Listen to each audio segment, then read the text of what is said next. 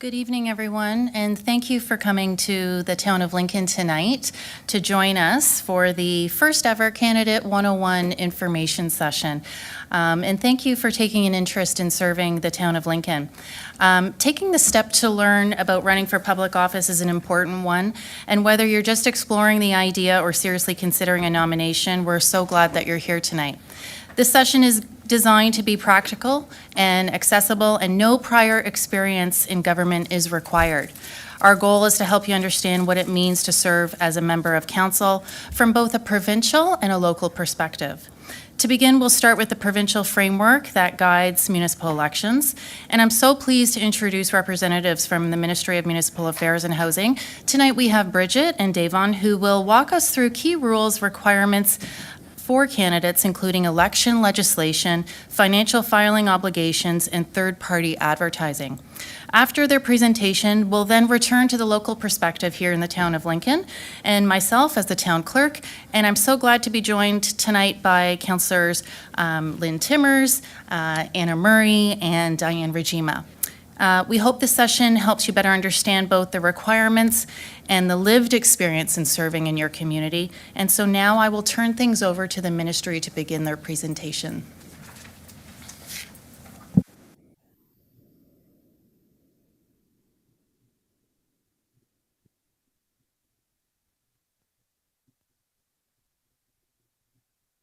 Great. Perfect. Hello, everyone. Thank you again for coming. Like was said before, my name is David Barthwaj. I am attending alongside my colleague, Bridget Foster, and we are representatives of MMAH. Before we start anything off, I would like to thank the Town of Lincoln for inviting us, as well as for hosting this candidate and third-party information session.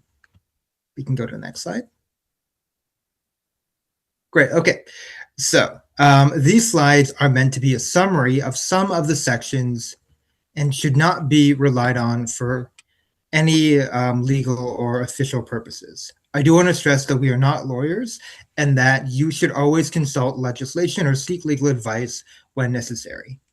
We will not be able to cover every aspect of the municipal election, but hope that this provides you with a better understanding of the processes and the legislation and improves your comfort level. Before we move on, I just want to congratulate everyone for taking an interest in your community and in local government, whether you're interested in serving on a municipal council or on a school board or registers as a third-party advertiser. Next slide, please. Thank you. Okay, so this slide outlines some of the topics we want to cover during this session. The roles of elected members of council, head of council and municipal staff, as well as the role of school board trustees, the nomination process and how candidates withdraw a nomination. Also, what happens if a candidate files a nomination and then changes their mind about which office they would like to run for. We will also be going over some key dates, as well as who is eligible to run for municipal office and school boards, as well as who is not. The general campaign rules and election finances, such as campaign spending limits and contribution limits, campaign expenses, borrowing and what expenses are exempt from the spending limit, as well as understanding the finance and the surplus deficit, financial reporting, and the end of the campaign period.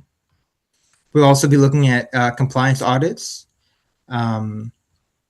penalties, general information about how the voters list works and rules about proxy voting, the rights of scrutineers at polling stations, recounts, and other resources where you can find information as well. So next slide, please. Okay. So now we're going to go over the roles and responsibilities of elected officials and staff. So next slide again. Thank you. So running for office. So you are considering running for a municipal office. Local government is the level of government that is closest to the people and is the most accessible and responsive to the needs of the community. You've made a decision to throw your hat in the ring, or you're thinking about it, or just kind of curious about how to go about it. Perhaps it's something you may have always wanted to pursue. You want to make a difference in your community, or you're not happy with some of the decisions that have been made. And you have a passion for politics. Regardless, it's a 4-year commitment that will be filled with challenges, excitement, disappointment, hard work, and a great deal of satisfaction. Ontario's municipal government delivers local services while the province establishes a legislation and policy framework. The Ontario government sets out standards for many local services such as land use planning, building regulation, and social housing, and the province provides funding to municipalities to deliver some of those services. The ministry also works in partnership with the municipal sector to support efficient and responsive local government that are sustainable and investment ready. Local government is a challenging environment with high expectations and limited resources, meaning doing more with less. There is a limited understanding of the roles of council and staff. Government is not like other business. You can't make everyone happy, so council must take difficult decisions in the best interest of the municipality. Before we get into the overview of the Municipal Elections Act, we wanted to provide a brief summary of the role of elected municipal officials and the role of staff as well. Please note that the information about the role of council and staff and accountability and transparency can also be found in the Councillor's Guide on the ministry's website. This guide is an excellent tool that can provide you with a lot more information about how municipalities can operate and how council and staff can work together in the best interest of the municipality. Next slide, please. Thank you. So, council and staff roles. First, let me start by saying that Section 2 of the Municipal Act stipulates that municipalities are created by the province to be responsible and accountable governments with respect to matters within the jurisdiction, and each municipality is given powers and duties under the Municipal Act and other pieces of legislation for the purpose of providing good government. The Municipal Act is a legislative framework for municipalities, which seeks to balance local autonomy and flexibility with accountability and transparency of municipal operations. The key to any organization, government, business, industry, or local service club is for everyone to understand their respective roles and relationships. In the next few slides, we are going to review the role of the mayor, the mayor's role as the chief executive officer, the role of council, and the role of municipal staff, which are all key to an effective and efficient local government. Next slide, please. Good. The role of council. Okay.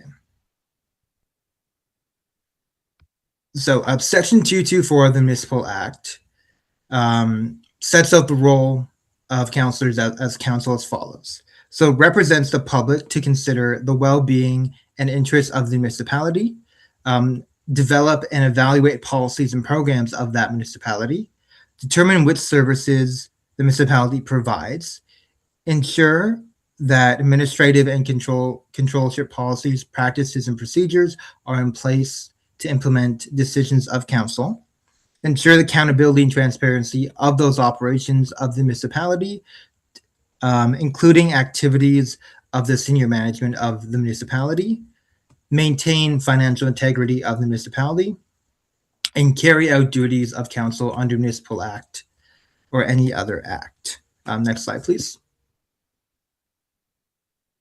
Thank you.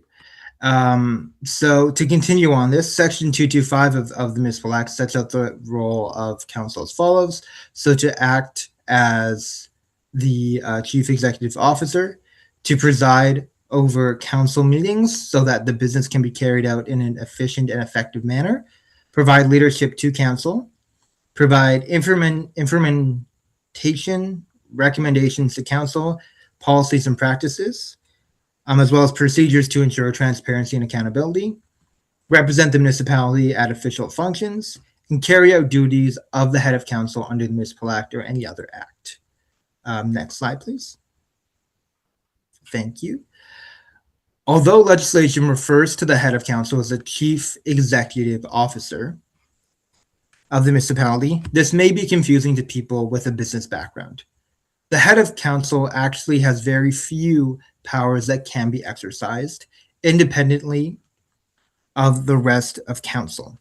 except where specific delegated powers come into play, in case of an emergency or in the context of procedural matters during a council meeting. The head of council has no greater power than any other individual member of council. It is important to note that generally council makes decisions, not any individual council member, including the head of council. However, there are 216 municipalities that are subject to strong mayor frameworks, whose heads of councils have been given the authority to make certain decisions. These will be covered in greater detail in the coming slides. It is important to clarify that the head of council always has a vote. There is sometimes confusion on this point in the media and with the public, who think that the head of council can only vote in case of a tie. Another clarification regarding voting: during a recorded vote, an abstention from voting is recorded as a negative vote. The act is silent in regular vote. Example, non-record votes. You should look to council procedures, bylaws to determine how abstentions are dealt with in a non-recorded vote situation. Next slide, please.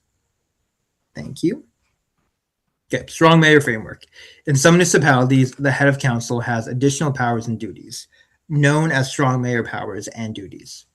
These additional strong mayor powers and duties apply to the head of council in any designated municipality, regardless of whether they are called a mayor or another term, such as a warden. These additional powers and duties for heads of council apply only to designated municipalities. The list of those that have been delegated can be found in Regulation 530-22. Some strong mayor powers are related to provincial priorities identified in regulation under the Municipal Act, as well as the City of Toronto Act. These are to build 1.5 million new residential units by December 31st, 2031, construct and maintain infrastructure to support housing, including transit, roads, utilities, and servicing. Next slide, please. Thank you. So strong mayor frameworks and a summary of the powers and duties. So to begin, let's outline the summary of the strong mayor powers and duties.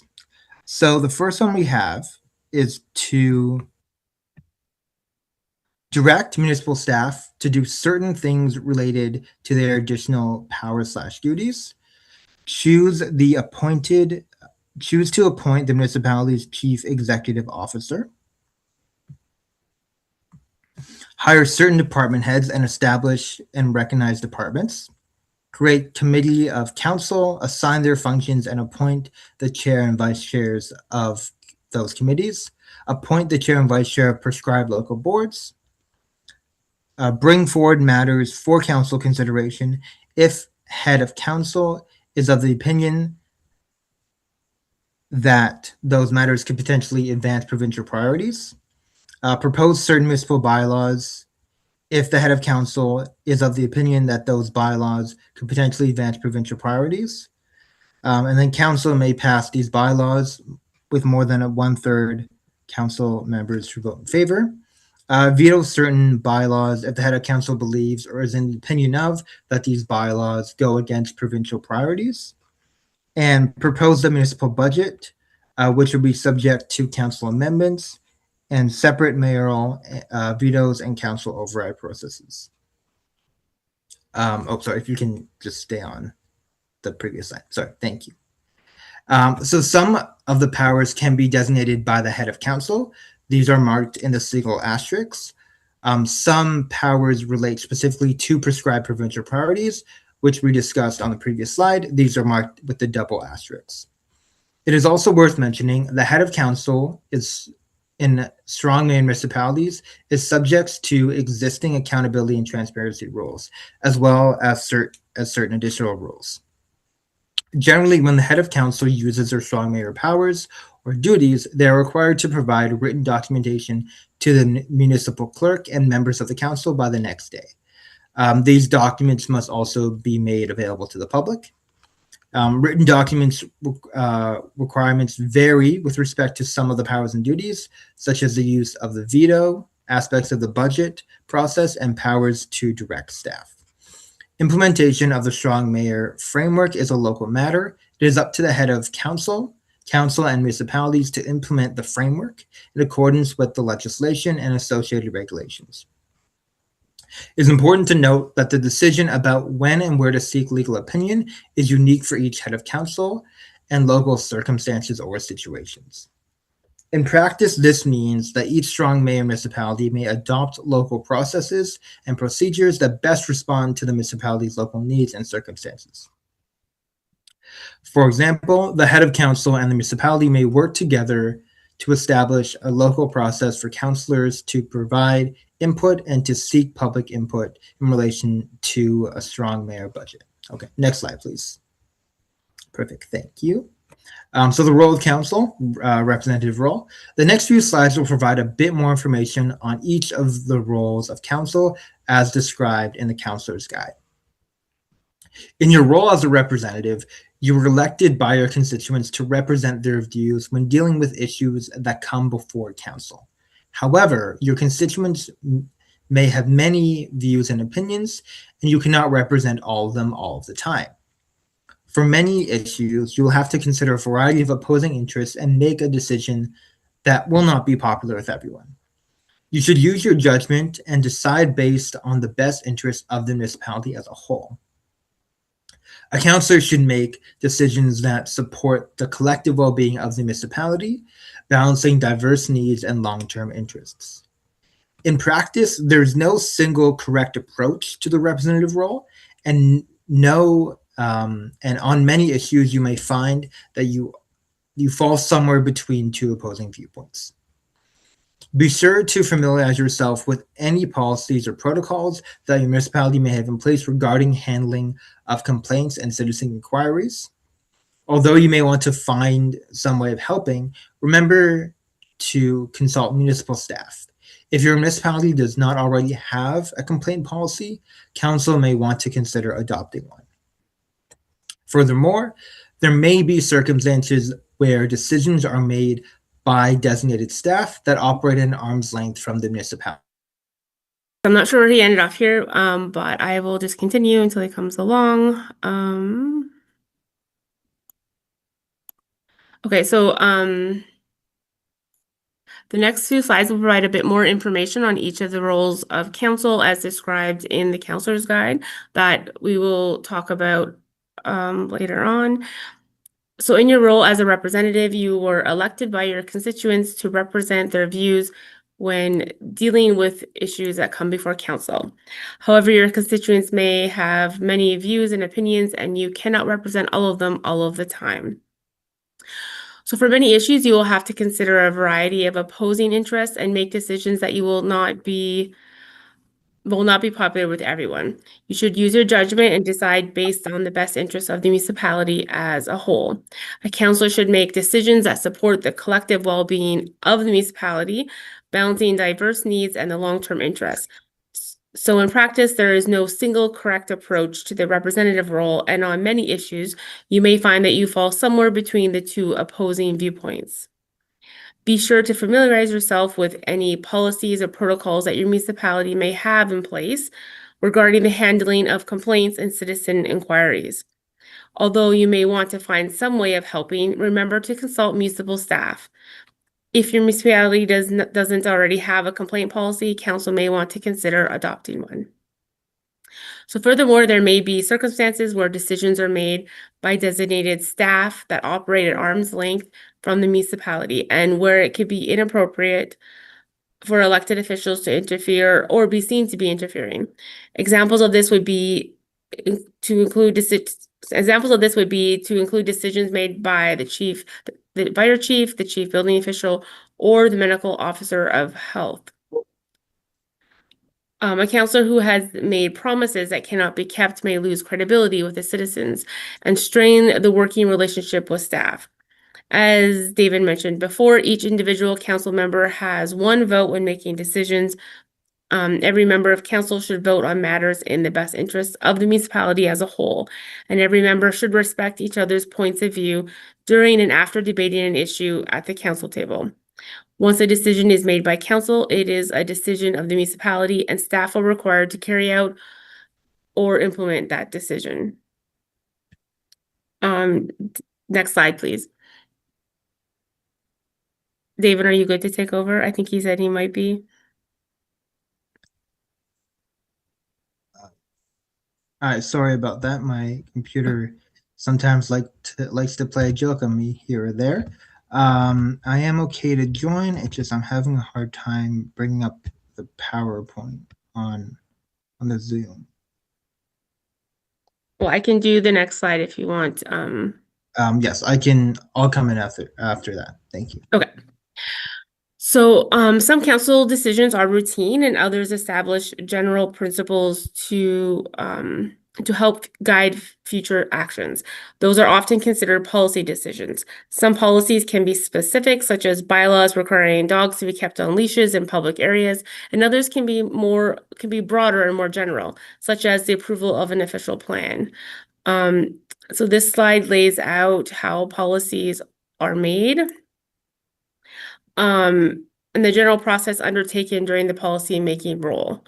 The Counselor's Guide does provide a lot of detail on the policy-making process, but we'll provide a high-level overview here. You start by identifying the issue.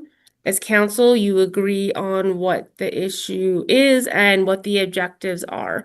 Council will then direct staff to research the issue further and identify and recommend options to council.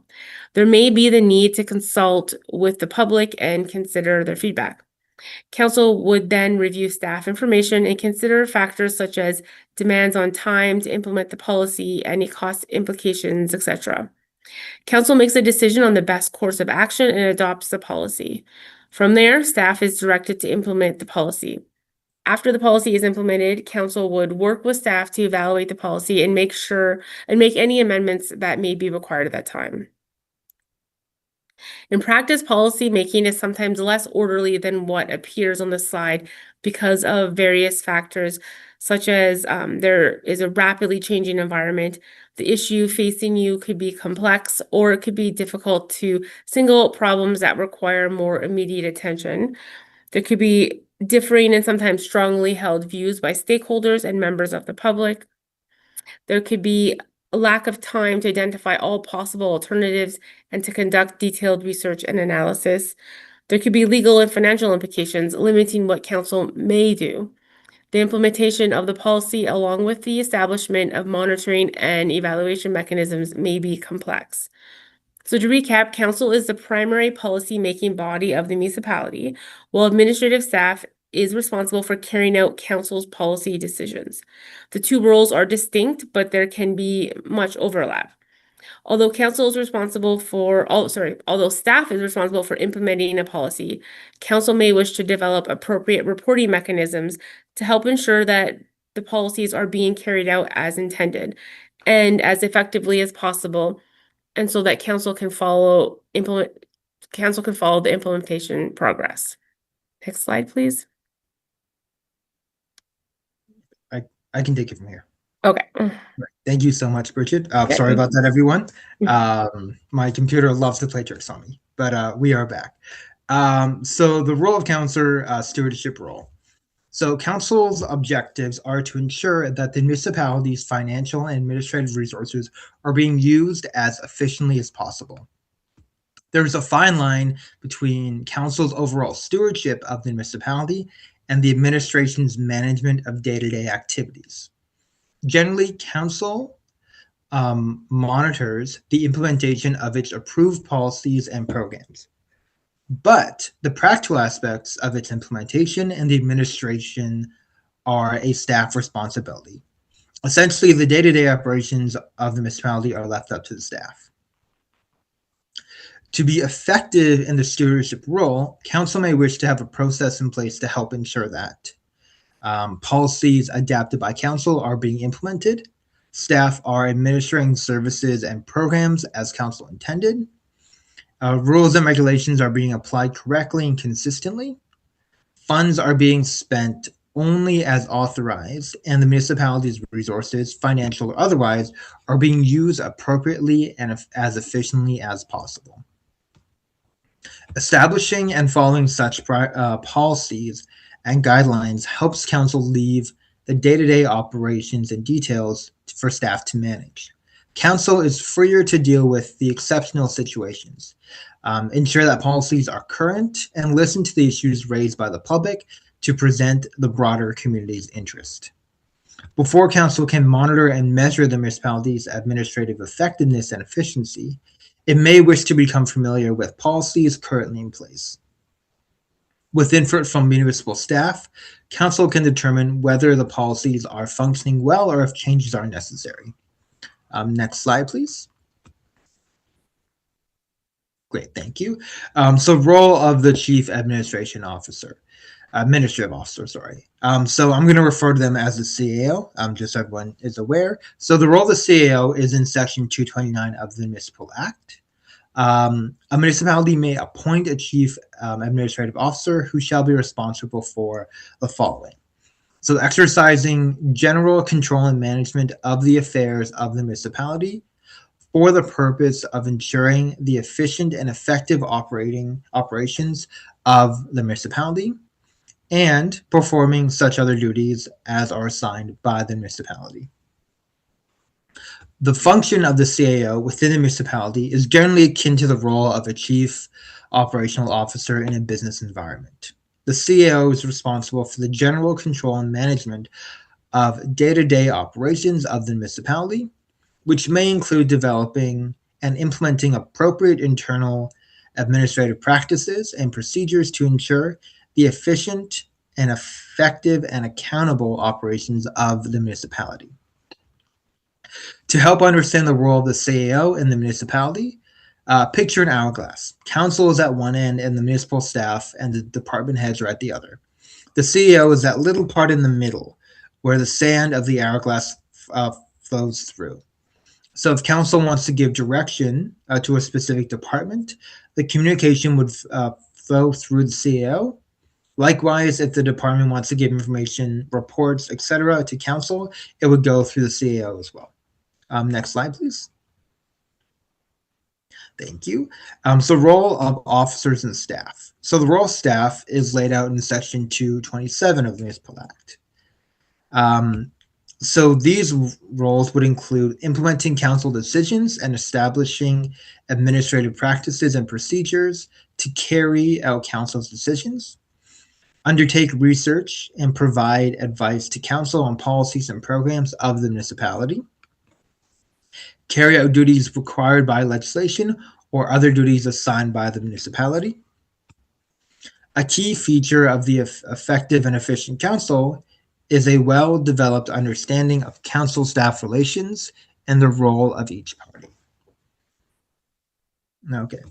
So like I said before, Section 2.7 in the Act sets out the role of staff.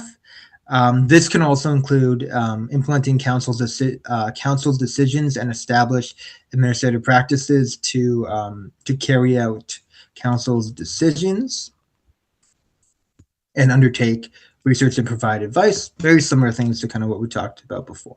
But it is important to note that some officers of the municipality have statutory obligations.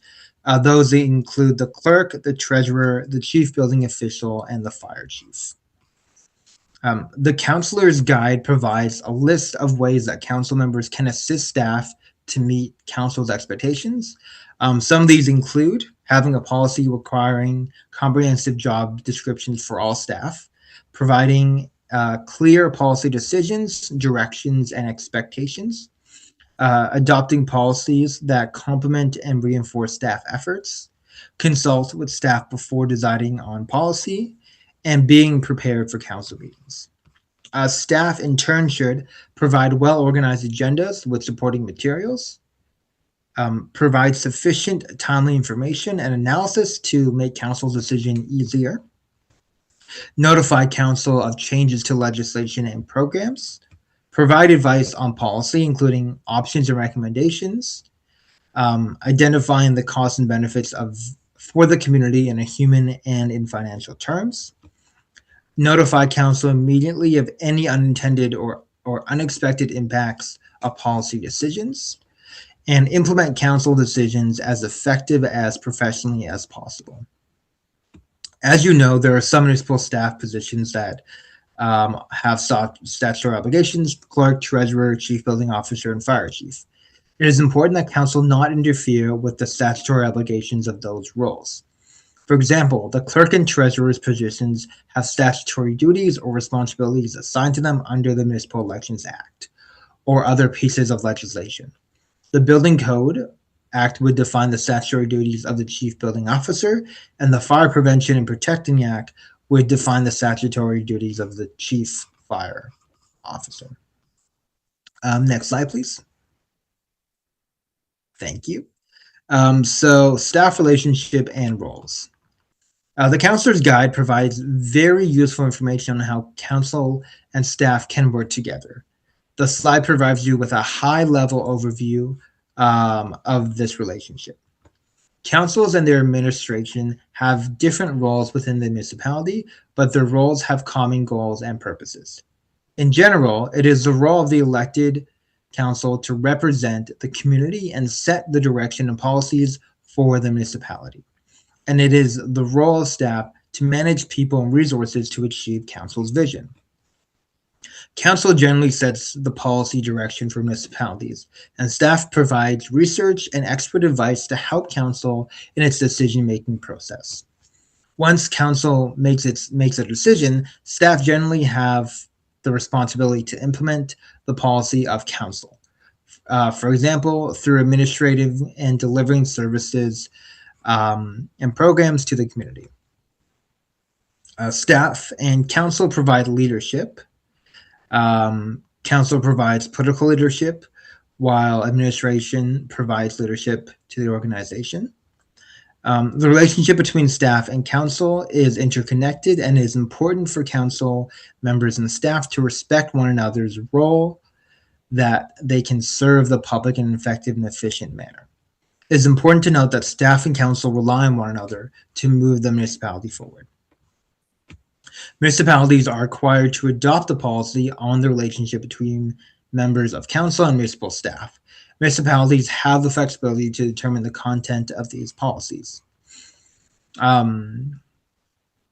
Sample considerations and council staff roles. So, for example, municipalities may wish to consider following as they develop council staff relationship policies: the appropriate roles of council, the head of council, and other senior municipal officials. Some roles are set out in legislation, while others may be specific to the municipality, depending on local needs. A job description for all staff, which outlines individual responsibilities or duties.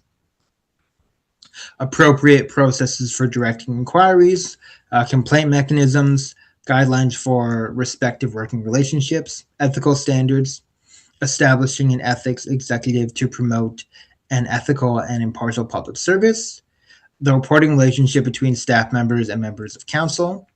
Municipalities may also wish to consider how their policies on the relationship can complement their local accountability frameworks for council members. Next slide, please. Great. Accountability and transparency. This is part 6 of the Municipal Act. Ontario municipalities and members of council operate under a legislated accountability and transparency framework that includes rules for the municipalities and rules for members of council and local boards. Ensuring accountability and transparency is one of council's rules under Section 224 of the Municipal Act and is a priority in maintaining public trust. Councillors are, of course, accountable to the public as elected officials. However, it is also important that procedures and policies are clearly set out and accessible, and that the day-to-day operations of municipalities are transparent. The slide outlines policies that council are required to adopt. Next slide, please. Thank you. Codes of conduct. So codes of conduct usually set out expectations and standards for council conduct. Codes may help prevent ethical conflicts and help their resolution. Serve as a basis for council orientation and training, and serve as a reference throughout the operations of council's term. With growing importance of accountability and integrity, more municipalities have adopted codes of conduct for members of council and certain local boards. Some have also adopted other procedures, rules, and policies governing the ethical behavior of those members. Municipalities are required to establish codes of conduct for members of council and certain local boards, which must include certain subject matters. These include gifts, benefits, and hospitality, respectful conduct, including towards officers and employees of the municipalities or local boards, confidential information, and the use of municipal or local board property and equipment. Next slide, please. The Integrity Commissioner. So sections 2231, 2234, and 239.2 of the Municipal Act discuss this. So since 2019, municipalities have been required to ensure that the public has access to an Integrity Commissioner. The Integrity Commissioner's role is to perform in an independent manner the functions assigned by council with respect to the following: applying the local codes of conduct for members of council and certain local boards, applying local procedures, rules, and policies governing ethical behavior of members, applying certain Municipal Conflicts of Interest Act rules to members, requests for advice from members on council and certain local boards respecting their obligations under the local code of conduct applicable to the member, local procedures, rules, and policies governing ethical behavior of members, and certain sections of the Municipal Conflict of Interest Act. Providing educational information to the public, the municipality and members of council, and certain local boards about local codes of conduct for members about the Municipal Conflict of Interest Act. The commissioner's function is also includes conducting inquiries into requests from council or a local board, a member of council or board, or a member of the public about whether a member of council or a local board has contravened the applicable code of conduct. There's flexibility in how a municipality provides for the responsibility of an Integrity Commissioner. A municipality could consider possible options, including appointing its own Integrity Commissioner and assigning all mandatory responsibilities to them, appointing its own Integrity Commissioner and assigning some of the mandatory responsibilities to that commissioner, but also making arrangements for the remaining mandatory responsibilities to be provided by a commissioner of another municipality, sharing an Integrity Commissioner with other municipalities, for example, across upper tiers, making an arrangement for other mandatory Integrity Commissioner responsibility provided by a commissioner of another municipality. A municipality could also consider assigning additional responsibilities beyond the mandatory ones to an Integrity Commissioner. When deciding on the arrangements of an Integrity Commissioner, a municipality may wish to consider a number of things, including, among others, the anticipated workload of the Integrity Commissioner in that municipality, as well as the workload in other municipalities if the commissioner is shared between them.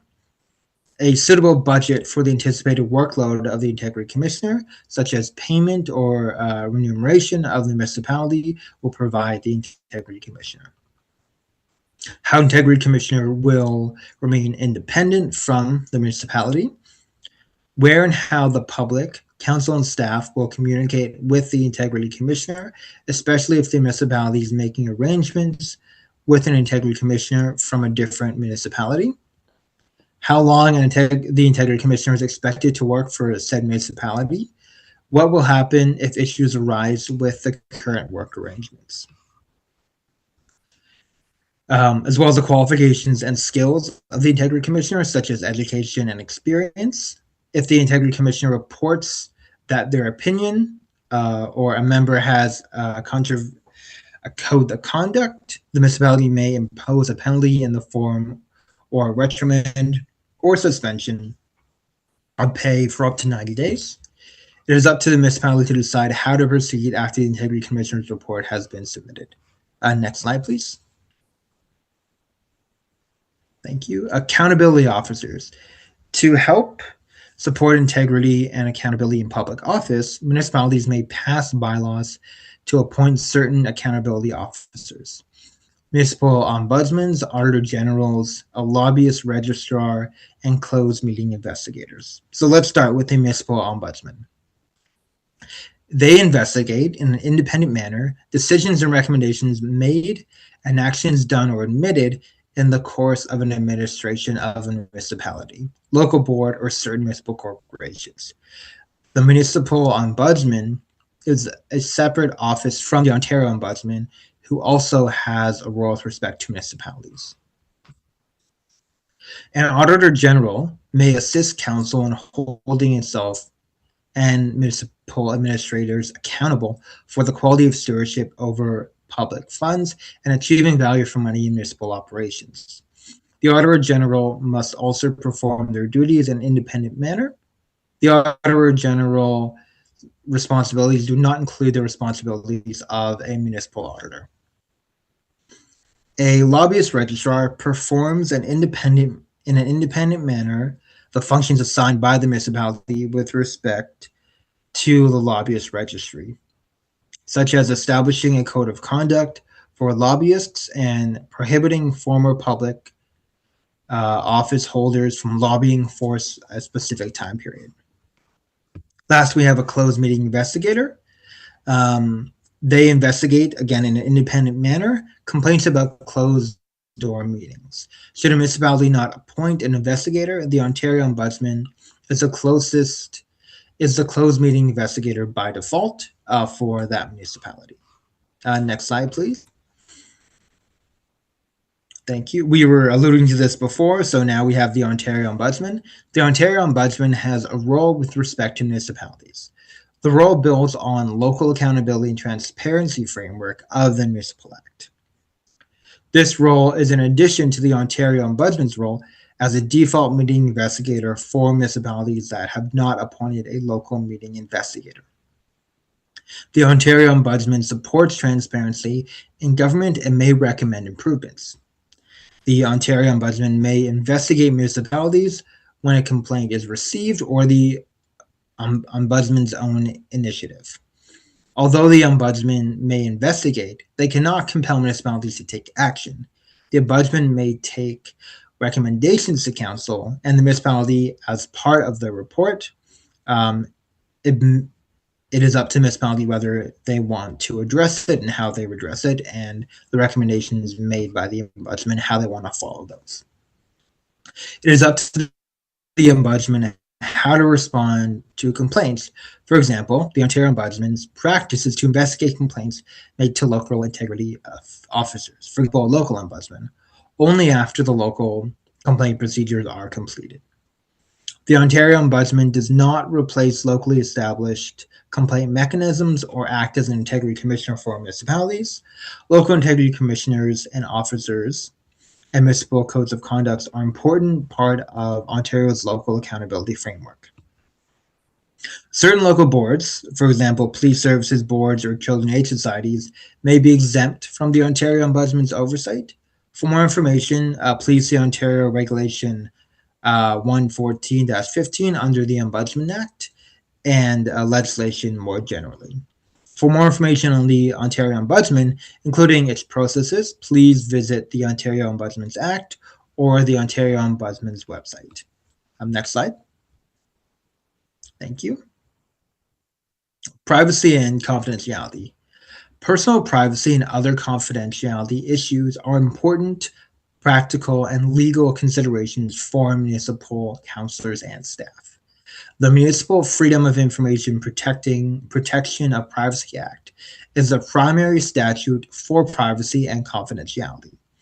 It sets out rules for collection, use and disclosure of personal information. According to these rules, councillors and staff, in most certain circumstances, protect personal privacy and only collect, use and disclose personal information in accordance with those rules.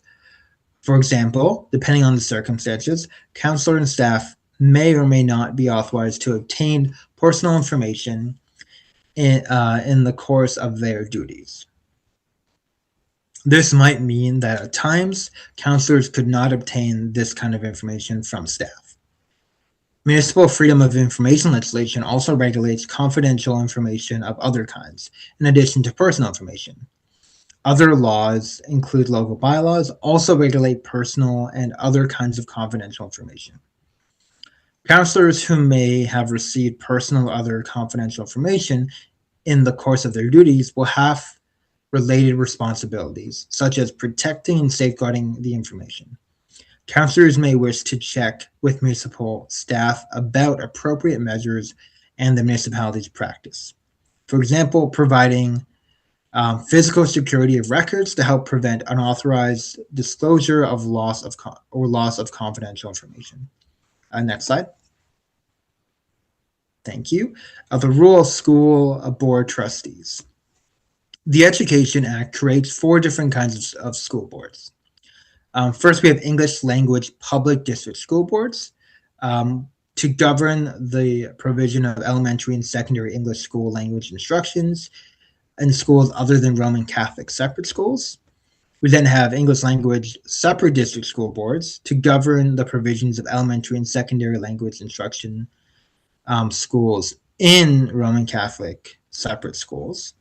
French language public school boards to govern the provisions of elementary and secondary French language instructions in school other than Roman Catholic separate schools.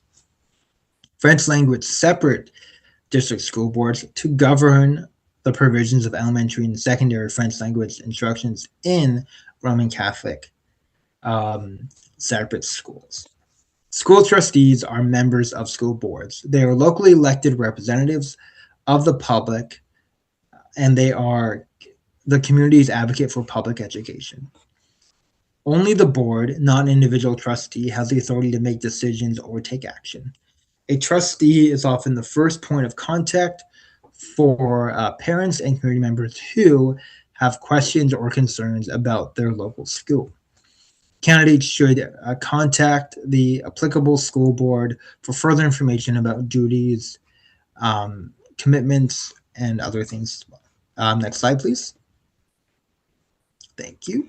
The role of a school trustee board is to establish policy direction, participate in making decisions that benefit the entire school board while representing the interests of constituents. School board trustees are accountable to constituents, the Ministry of Education, and families as well. Next slide, please. Eligibility rules. Next slide, please. Thank you. So, to be eligible, you must be an eligible elector, which means you must be able to vote. So the list above is the list that shows voter eligibility as well as eligibility to run to hold office. You can only be nominated if, as of the day you are nominated, you are qualified to hold office under the Act and are not ineligible under the Municipal Elections Act or any other act otherwise prohibited by law to be nominated or to be held or to hold office. Section 30 of the Municipal Elections Act states that a person shall not be considered an employee for this section by reason of being a volunteer firefighter as defined in the Fire Protection and Prevention Act of 1997. If a municipal employee wishes to run for office on the municipality's council, they must take a leave of absence before filing their nomination form. According to Section 30 of the Municipal Elections Act, if elected, they shall be deemed to have resigned from employment immediately before making a declaration for office. An employee of a municipality who wants to run for office in a different municipality does not have to take a leave of absence or resign, but they should check with their employer to see if there are any policies that could affect them. Next slide, please. Thank you. Okay, so school board trustee eligibility and ineligibility. So I just want to start out that questions about school board eligibility should be directed to the school board secretary. If you are an employee of any school board and you wish to run for a trustee position on any school board in the province, you must take an unpaid leave of absence before you file your nomination form. If elected, you must resign your job. You cannot work for both a school board and be a trustee in Ontario at the same time. The following people are disqualified from being elected as a school trustee. You cannot be a clerk, a deputy clerk, a treasurer, or a deputy treasurer of a municipality within the jurisdiction of the board. Any person who is not eligible to vote in the municipality. An employee of the school board unless they take an unpaid leave of absence and resign if affected. Also, like the eligibility for municipal office, a judge of any court, a member of the House of Commons, the Legislature of Ontario, or a senator can also not run for school trustee. As well, an inmate in a penal colony or correction institution under the sentence of imprisonment can also not run. Next slide, please. Thank you. So the nomination process. So the first day for filing nominations is May 1st, 2026. Nomination day, the last day and time for filing nominations for the 2026 election, is on Friday, August 21st, 2026 by 2 p.m. In terms of withdrawal of a local nomination, local election policies may state a candidate must personally attend the clerk's office to withdraw candidacy. If a candidate is in the hospital or incapacitated, this may not be feasible. If a candidate withdraws a nomination, they are still required to file a campaign financial statement covering all the financial transactions made in the campaign. If they've not spent any money nor raised any funds, they can click on the box and sign the form, and it is complete. If a nomination is withdrawn, the candidate is entitled to refund their nomination filing fee only after they file their financial/auditor statements by the required deadline. As a clarification, the nomination filing fee is only refunded once the candidate submits a completed financial disclosure of all financial transactions made up to the date of the nomination was withdrawn.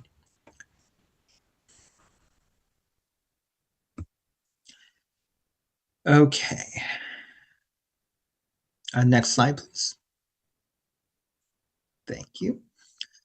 Starting on May 1st until the close of business on August 21st, 2026, nominations can be submitted to the clerk from anyone who meets the eligibility criteria to run for office. Candidates must complete Form 1, the nomination paper, and submit it to the clerk along with the applicable nomination filing fees.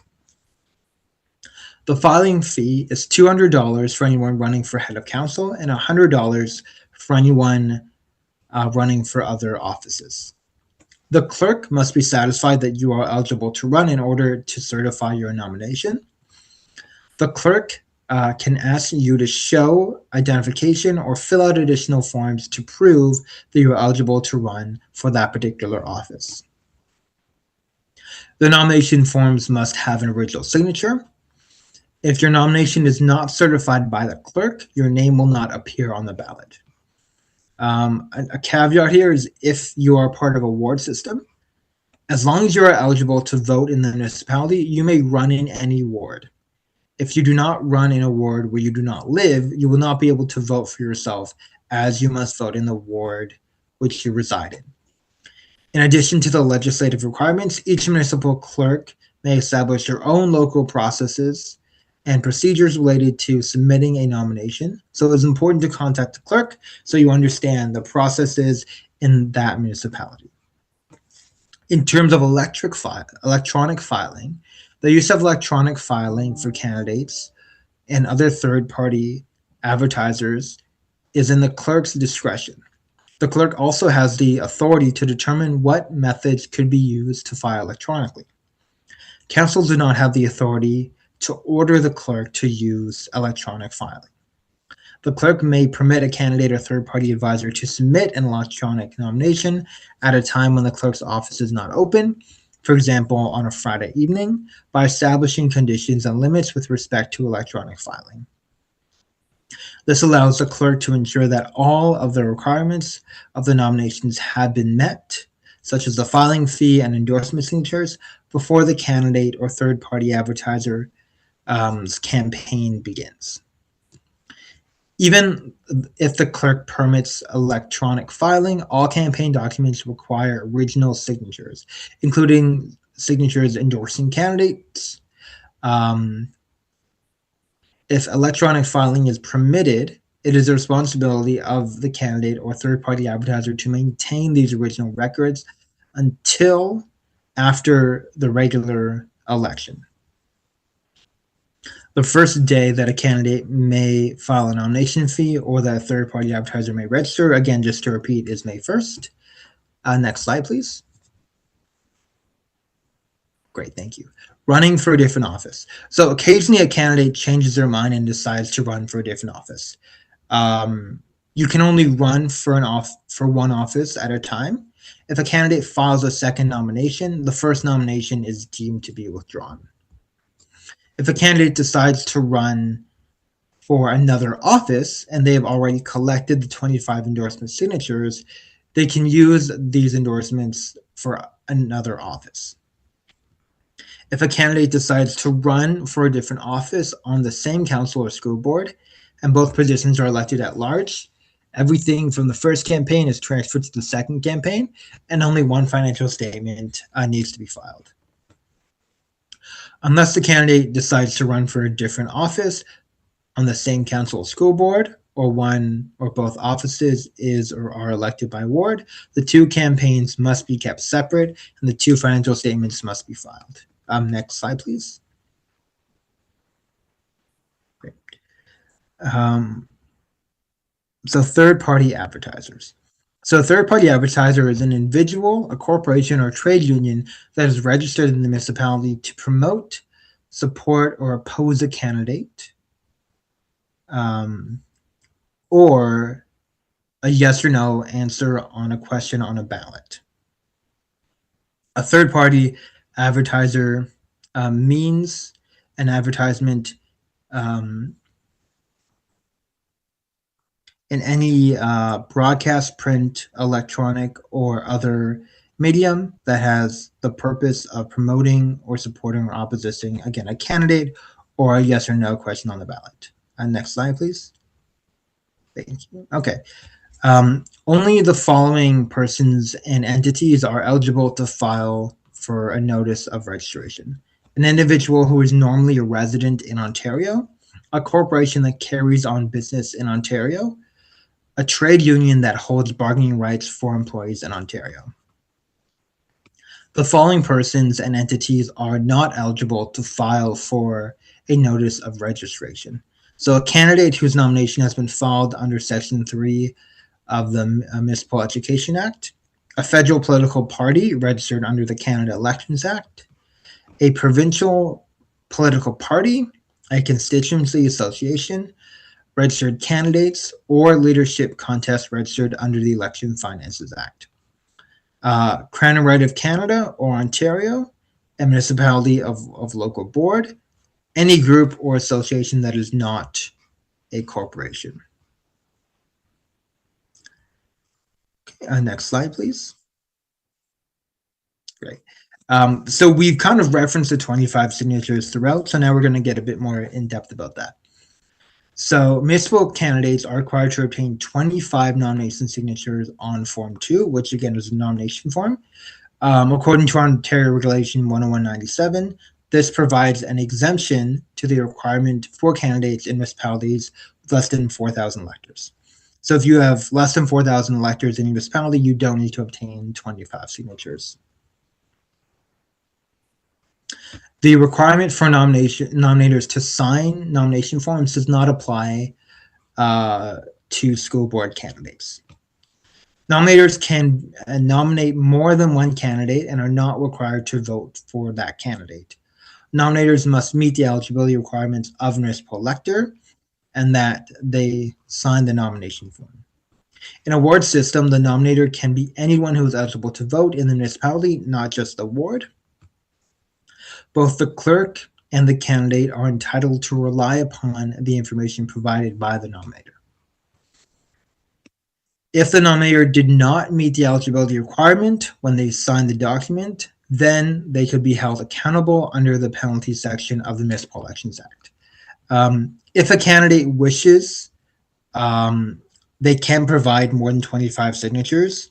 That may be encouraged, as if one of your signatures is deemed ineligible for whatever reason, you don't have to go back out and retrieve more signatures. Candidates should also remember that even if electronic filing is permitted, they are required to obtain 25 original signatures endorsing their nomination where applicable, and to keep those until after the next regular election. So the 2026 to 2030 term. Next slide, please. Thank you. So registration of a third-party advertiser. Individuals, corporations, and trade unions may register to be third-party advertisers. There's no registration fee for these advertisers. A third-party advertiser would register with the clerk at a local municipality per section 88.61 of the Act. An individual, corporation, or trade union may, in person or by agent, file with the clerk of the municipality responsible for conducting an election a notice of registration to be registered a third party for the election, and the notice must be filed in the prescribed form and must be included a declaration of qualifications signed by the individual or by the representative of the corporation, trade union, as the case may be. And just to point out, a notice of registration may only be filed with the clerk of a local municipality. Once registered, they may advertise in support or opposition of any candidate being elected by the voters in that municipality. This would include council, trustee, and directly elected upper tier candidates. Any person or entity may advertise regarding any issue relating to the election in the municipality without registering. To advertise regarding questions on a ballot, that will require registration as a third-party advertiser. For a regular election, the registration cannot be filed earlier than the first day of filing and cannot be filed later than Friday before voting during the clerk's office hours. Section 88.6 notes that the clerk certifies the notice of registration. The individual, corporation, or trade union is registered a third-party elector for the election. Third-party advertising is geographically based and is structured around the concept of influencing a specific set of voters in a specific location. For example, in Kingston, registering in a municipality where the TPA hopes to influence voters allows flexibility, support, and advocates against any candidates that are specific in that geography. If an individual wants to influence voters, it is more than one municipality. For example, over 3 municipalities covered in a specific school board election, they would have to register in all 3 of those municipalities and conduct their activities as 3 separate campaigns. If the municipality is satisfied that there has been a contravention of the Act, for example, advertising in the restricted period, then it can ask the third-party advertiser to remove advertisements and discontinue from advertising. And next slide, please. Okay. Third-party advertiser withdrawal. The third-party advertiser registration is deemed to be withdrawn if they file a nomination. This means that their advertising campaign would automatically end when they file their nomination. If a corporation or trade union is registered as a third-party advertiser, it would be affected by a person filing a nomination, as the person would not be the same entity. A third-party advertiser and a candidate would need to be careful to distance their activities. A third-party advertising may not take place under the direction of a candidate. The existing campaign finance rules would not change. Finances related to third-party advertising campaigns cannot be transferred to a candidate's campaign. The existing campaign finance rules would not change, as well as a third-party advertiser who withdraws and closes their campaign cannot transfer that campaign to someone else. To maintain financial transparency around third-party advertising campaigns, The financial statement of advertisers who end their campaign early should reflect their finances as of the day the campaign ended. The registration period for third-party advertisers runs until Friday before voting day, so October 23rd, 2026, or the last day the clerk's office is open before voting day in a by-election. I will now transfer this over to my colleague Bridget, who will take you for the rest. Thank you for listening. Okay, so I will cover the finance section and then a few other at the end about scrutineers, voting, proxy voting, and compliance audit committees. Next slide, please.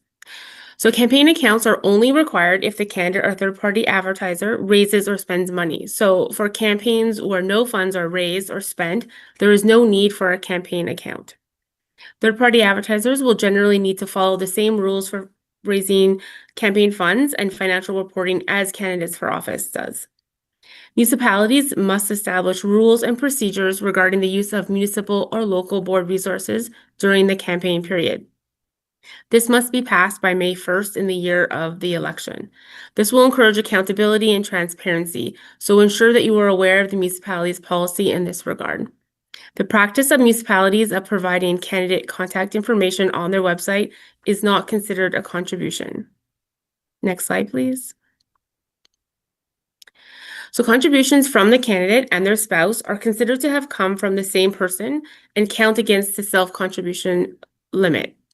The rules for determining whether contributions are considered to be one contributor are clarified as if one corporation controls the other directly or indirectly, then they are considered to be the same contributor. If the corporations are owned or controlled by the same persons or groups of persons, either directly or indirectly, they are also considered to be of the same contributor. Next slide, please. Candidates and third-party advertisers cannot accept contributions from a federal political party, constituency association, or registered candidate in a federal election, a provincial political party, constituency association, or registered candidate or leadership contestant, federal or provincial government, a municipality, a school board, a business or group that is not a corporation. So in regards to volunteers, the value of services provided by volunteers is generally not considered to be a contribution. But if a professional, for example, an accountant or a lawyer, volunteers to provide services for which they would normally be paid, the market value of the service must be recorded as a contribution by the volunteer and then is also a campaign expense. So for example, if your accountant friend is typically paid $100 per hour and works 5 hours for you, you would document $500 as a contribution and $500 as an expense as well. Trade unions and corporations are not eligible to contribute to candidates' campaigns, although they can participate in the election as a third-party advertiser or make contributions to third-party advertising campaigns. Next slide, please. Campaign contributions are monies, goods, or services given to a candidate for his or her election campaign. Cash contributions may only be accepted up to $25. Contributions above must be made by check, money order, or a method clearly showing where the funds came from. Fundraising functions are events or activities held by or on behalf of a candidate for the primary purpose of raising money for the candidate's campaign. The price of admission to a fundraising function is a campaign contribution, and a receipt must be issued for the full amount. Receipts must be issued for every contribution and should contain the name and address of the contributor and the amount and date. Next slide, please. So the limit on contributions to any one candidate or registered third-party advertiser is $1,200, with the aggregate limit being $5,000. Since candidates and third-party advertisers are required to inform contributors of contribution limits, you may want to include the limits on the receipts that you provide to the contributors. Next slide, please. So self-funding limits for municipal council candidates is based on the number of electors voting in the office to a maximum of $25,000 per candidate. This amount includes any contribution of goods, such as inventory from a previous campaign. The formula for calculating the limit is $7,500 plus 20 cents per elector for head of council and $5,000 plus 20 cents per elector for other council offices. The highest self-funding limit that anyone can possibly have is $25,000. So if you calculate the formula and it works out to above the maximum of $25,000, you still get the $25,000 limit. But if the formula works out to less than $25,000, then you would get whatever the formula works out to. Next slide, please. The candidate can open their campaign bank account with their own funds, but the candidate cannot loan funds to his or her campaign to kickstart it with the intention of getting it all back. The only way that a candidate can reclaim the startup amount is if there are leftover funds after the campaign period is over and prior to filing the financial statement. At this time, they have the opportunity to reclaim funds from a surplus. The loan is not considered to be campaign income, and paying it back is not a campaign expense. But if you or your spouse guarantee the loan and the campaign does not repay all of it back, the remaining balance is considered to be a contribution. So in this case, you need to keep in mind the self-funding contribution limit. You cannot accept loans from family members or from any corporate accounts you have access to. The loan must come from a bank or other recognized lending institution in Ontario and must be directed into the campaign account. Also, any interest that the campaign pays on loans is considered a campaign expense. Next slide, please. So Section 88.19 of the Municipal Elections Act outlines what constitutes an expense. Examples of expenses are the replacement value of goods retained by the person, individual, corporation, or trade union from any previous election in the municipality and used in the current election, the value of contributions of goods and services, audit and accounting fees, interest on loans as identified under Section 88.17 of the Municipal Elections Act, the cost of holding fundraising functions, the cost of holding parties and making other expressions of appreciation after the close of voting. For a candidate, expenses relating to a recount or proceeding under Section 83 of the Municipal Elections Act, expenses related to a compliance audit, expenses that are incurred by a candidate with a disability or a registered third-party advertiser who is an individual with a disability are directly related to the disability and would not have been incurred but for the election to which the expenses relate. The cost of election campaign advertisements or third-party advertisements, as the case may be. So for greater certainty, the cost of holding fundraising functions does not include costs related to events or activities that are organized for such purposes as promoting public awareness of a candidate and at which the soliciting of contributions is incidental, or promotional materials in which the soliciting of contributions are incidental. Next slide, please. So candidates and third-party advertisers should familiarize themselves with the campaign expense provisions and know what constitutes an expense under the spending limit. These can also be found in the Candidate's Guide, which there is a link at the end of the slide deck to the Candidate's Guide. It has lots of great information. Campaign expenses are costs that are incurred by the candidate or a person under the candidate's direction, such as a campaign manager, along with a third-party advertiser in their campaign. The nomination fee is a personal expense and not a campaign expense. Therefore, it should not be reported on your financial statement. Goods and services donated to the campaign are also expenses and must be reported. A receipt must be provided for fair market value. Only nominated persons and/or third-party advertisers can incur expenses during their campaign period, or persons acting under the direction during those periods.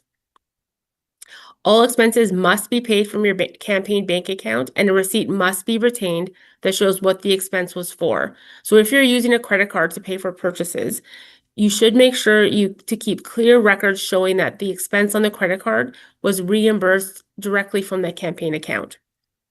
All expenses must be reported in the relevant financial disclosure form to be filed with the clerk by the candidate or the third-party advertiser. With respect to campaign inventory, if you ran in the last election and want to use leftover goods such as signs or office supplies, you have to determine the current market value for those goods and record them as an expense in the current campaign. Also, if you end up with leftover inventory at the end of this campaign, it becomes your personal property. But if you want to store them to use in another election, any costs for storage are not considered a campaign expense. Next slide, please. So the spending limits are outlined in Ontario Regulation 101/97, and they are: the head of council spending limit is $7,500 plus 85 cents per elector. All other offices are $5,000 plus 85 cents per elector.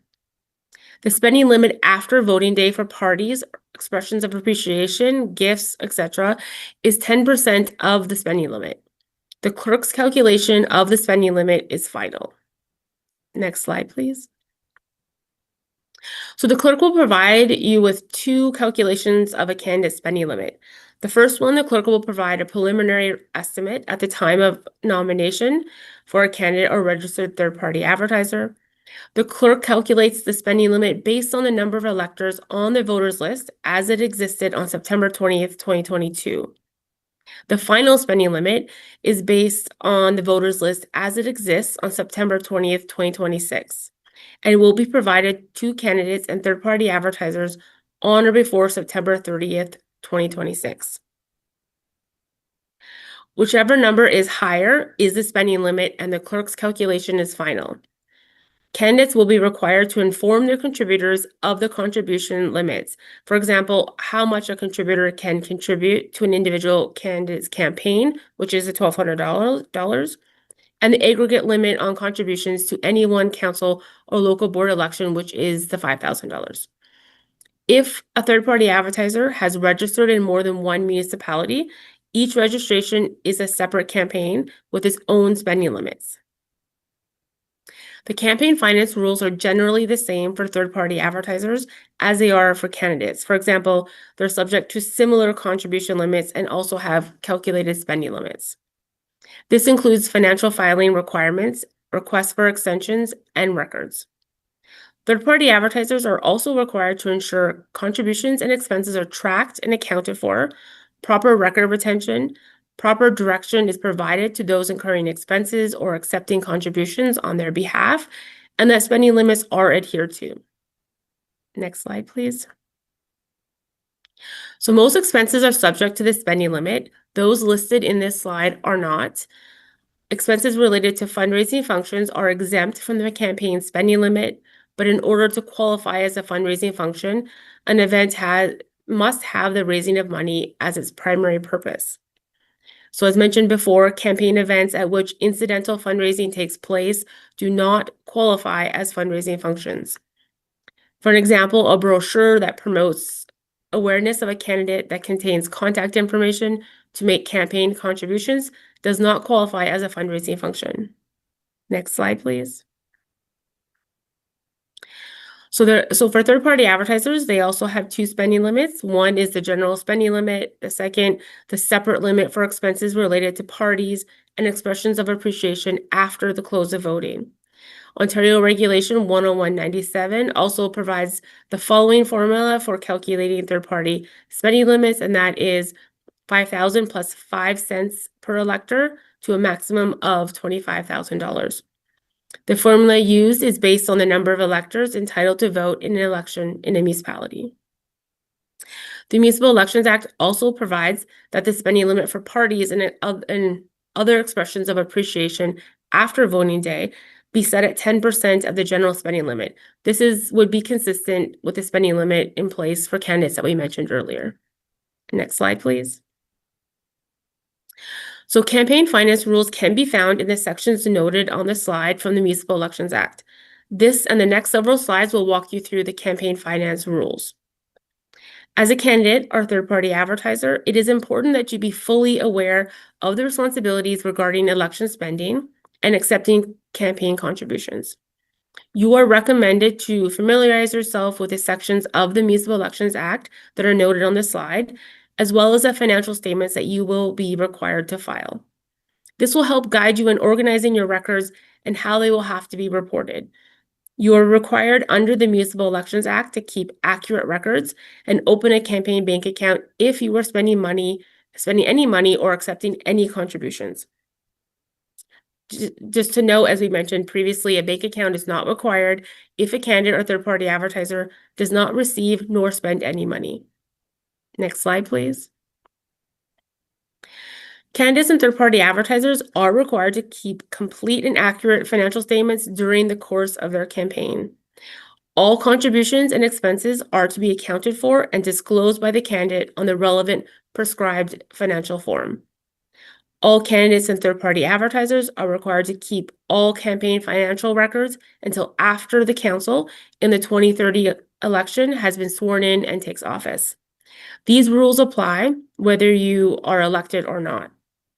The clerk must also keep all campaign finance records until after the 2030 council has been sworn in. Next slide, please.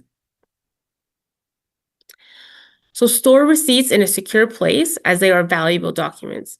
Receipts must be signed by the candidate or his or her designate. It is good practice to have a receipt that is multi-part form, one for the contributor and one or more for the candidate's records. Receipts should be numbered in order. Open a bank account which provides monthly statements and cancel checks. Produce duplicate deposit slips for every deposit, listing the names of the contributors and the amounts received from each. Ensure a very good record is kept of all contributions, as sometimes a contributor makes numerous contributions and may exceed the $100 limit, where they will need to be identified within a section of the financial statement. So there is a separate section in the financial statement, which is Form 4, that requires all contributors that contribute over $100 to be listed with their address. It is recommended that candidates make contributors aware that any contributions that exceed $100 will be identified within the financial statement with their address, and this information is made public. Maintain a petty cash fund to handle minor expenses and obtain invoices to support all payments from the fund. At any time, the cash on hand plus the total amount of invoices should equal the original amount of the petty cash fund. The fund can be replenished periodically by a check drawn on the campaign account and in an amount equal to the total amount of the invoices. So candidates and third-party advertisers may find it useful, as mentioned before, to look over the financial statements, Form 4 for candidates and Form 8 for third-party advertisers at the beginning of their campaign to give them an idea of what information will be needed to report on at the end of their campaign. Candidates and third-party advertisers are required to maintain certain campaign records, for example, copies of advertisements, for public inspection for a period of 4 years. Next slide, please. So we recommend candidates to contact their municipality to ask about bylaws related to signs and campaigning. Candidates and third-party advertisers cannot cause an election campaign advertisement to appear unless they provide the following information to the broadcaster or publisher in writing: the name of the candidate or registered third-party advertiser, the name, business address, and telephone number of the individual who deals with the broadcaster or publisher under the direction of the candidate or third-party advertiser. The third-party advertiser must also include the name of the municipality where the third-party advertiser is registered. No broadcaster or publisher shall cause a campaign or third-party advertisement to appear unless this information has been provided to them. The period for third-party advertisements, as shown on the slide, is the period when the rules for third-party advertisers applies. So in 2026, this is from May 1st until the close of voting on voting day at 8 p.m. on October 26th. So please note that an election sign advertisement purchased by or under the direction of a candidate shall identify the candidate's name. Next slide, please. So the broadcaster or publisher of a third-party or candidate advertisement shall maintain records containing the following information for a period of 4 years after the date the advertisement appears, and shall permit the public to inspect the records during normal business hours: the name of the candidate or registered third-party advertiser, the name, business address, and telephone number of the individual who deals with the broadcaster or publisher under the direction of the candidate or registered third-party advertiser, a copy of the advertisement or the means of reproducing it for inspection, a statement of the charge made for its appearance. Next slide, please. So Section 88.25 of the Municipal Elections Act states all candidates are required to file Form 4 with the clerk, regardless of how much or how little they spent or fundraised.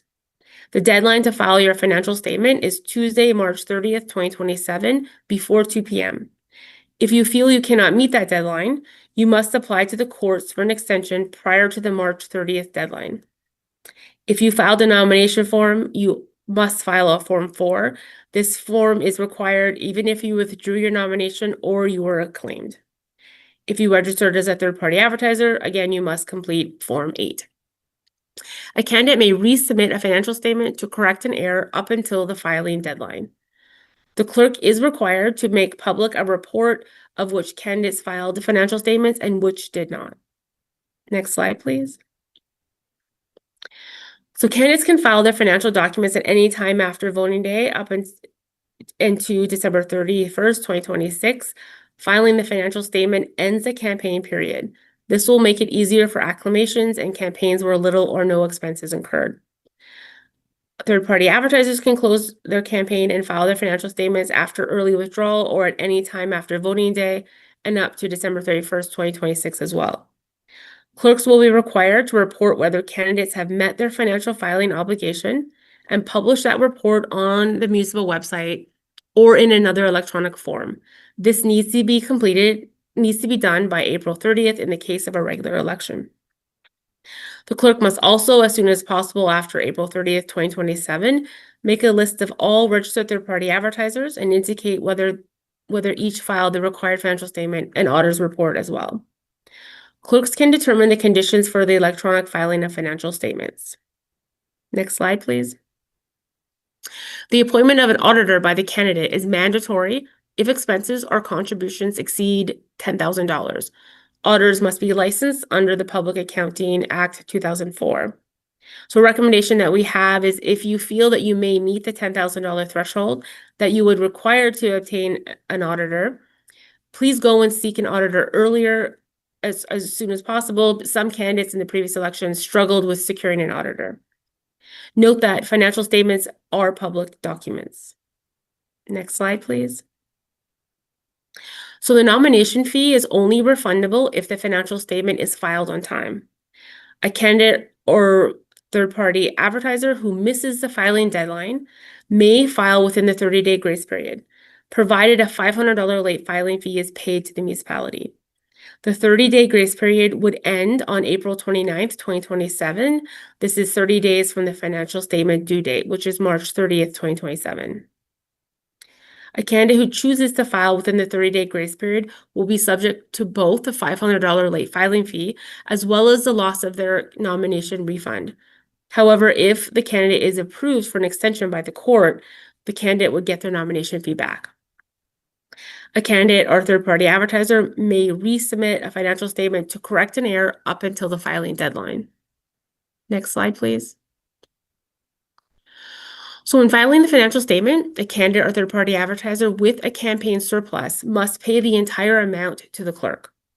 Prior to paying over any surplus funds to the clerk, a candidate or third-party advertiser is entitled to a refund of any contributions they made or their spouse, if an individual, made to the campaign, but not to anyone else. For example, if a candidate has $1,000 left over and they made a contribution themselves of $500, they would repay themselves of $500 and the remaining $500 would be paid to the municipality. The clerk is required to place surplus monies in trust for use by the candidate if they need it for a compliance audit. The clerk is also required to place surplus monies in trust for use by the third-party advertiser if they need it for a compliance audit. If neither the candidate nor third-party advertiser requires the funds for these purposes, it then becomes the property of the municipality or school board. Next slide, please. Okay, so now I'm going to cover compliance audits and enforcement. Next slide, please. Every municipality must establish a compliance audit committee. Members of a compliance audit committee cannot be members of the council or school board, an employee, a candidate in the election, or a registered third-party advertiser. The clerk reviews contributions that are on the financial statements and prepares a report for consideration by the compliance audit committee if a contributor appears to have exceeded any of the contribution limits. This process is related to reviewing contributions as reported on the financial statements and is not connected to the compliance audit process. If it is apparent to the clerk that a contributor has exceeded one or more of the contribution limits, the clerk would then report this to the committee, which would meet to determine whether to proceed with legal action. The legislation does not specify which details are to be provided in the report that the clerk submits to the committee. Electors entitled to vote in an election may apply for a compliance audit even if the candidate has not filed a financial statement. The application must be in writing and set out the electors' reasons for why they believe the Municipal Elections Act has been contravened. The application must be submitted to the municipal clerk or the secretary of the school board within 90 days of the filing deadline. The Compliance Audit Committee will consider the application and decide whether to retain an auditor to undertake a compliance audit of the candidate's financial statements. A person who does not want to or who is unable to apply for a compliance audit may decide to commence legal action on their own. A prosecution related to the 2026 election must be commenced on or before November 15th, 2030. Next slide, please. If the committee grants the application, it will appoint an auditor to conduct a compliance audit of the candidate's campaign finances. The auditor is entitled to have access to all of the financial records related to the campaign. The auditor will produce a report which the candidate is entitled to also receive. The Compliance Audit Committee will meet to consider the auditor's report. If the report concludes that there is an apparent contravention of the Municipal Elections Act, the committee will decide whether to commence legal action. The Compliance Audit Committee does not have any authority to set penalties. Only the court can decide if you contravene the act, and if so, which penalties shall apply. Next slide, please. There are 3 contraventions of the Municipal Elections Act where penalties apply automatically. So if you fail to file a financial statement by the end of the 30-day grace period, or fail to apply to the court before March 30th, 2027 for an extension by the filing deadline, if your financial statement shows that you exceeded your spending limit, or if you fail to turn over your surplus to the clerk when you file your financial statement. The penalty is that you forfeit your office if you won the election, and you become ineligible to run or be appointed to fill a vacancy until after the 2030 election. Next slide, please. If you are convicted of an offense, you may be subject to the following penalties: a fine of up to $25,000, ineligibility to vote or run in the next general election, up to 6 months in prison, forfeiture of your elected office if the judge finds that you committed the offense knowingly. So I previously indicated that if you were convicted of exceeding the spending limit, you automatically will lose your seat. In addition, you may also be fined the amount by which you exceeded the limit. Next slide, please. So now I'm going to go over the voters list and proxy voting. Next slide, please. So Elections Ontario is a non-partisan office of the Legislative Assembly of Ontario, responsible for administering provincial elections, led by the Chief Electoral Officer. Elections Ontario is governed by the Elections Act and the Election Finances Act. Elections Ontario does not administer local elections, but they do have a role to play in providing up-to-date voter list information to local partners. Since January 1st, 2024, the Chief Electoral Officer, Elections Ontario, has taken over the responsibility of preparing voters lists from MPAC and will manage a permanent register of electors for both provincial and municipal elections. The voters list for each municipal election will be prepared using data from the permanent register of electors maintained by Elections Ontario. Elections Ontario will works with local partners to provide them with the most up-to-date voters list to support their elections. Voters across the province can update their information in the register for local and provincial elections by visiting registertovoteon.ca. Voters can then confirm or add their information to the register. Next slide, please. So the voters list becomes a public document on September 1st, 2026. As a candidate, you can request that the municipal clerk provide you the part of the voters list that relates to the office that you are running for. The request must be made in writing. So in order to receive the voters list from the municipal clerk, you must give the clerk a written acknowledgement of the following: that you will only use the list for electoral purposes and not for commercial purposes. You are bound by the restrictions set out in the Municipal Elections Act relating to handling of the voters list. You will only share the list with others, such as campaign workers, after obtaining a similar written acknowledgement from them. Next slide, please. You are the only person who may share the voters list. So if you have given someone a copy, they are not allowed to share it further. You must keep track of who you have shared the voters list with. If you give someone a physical copy of the list, they must return that copy to you. So if you share an electronic copy, they must destroy the copy and provide you with a written acknowledgement that the copy has been destroyed.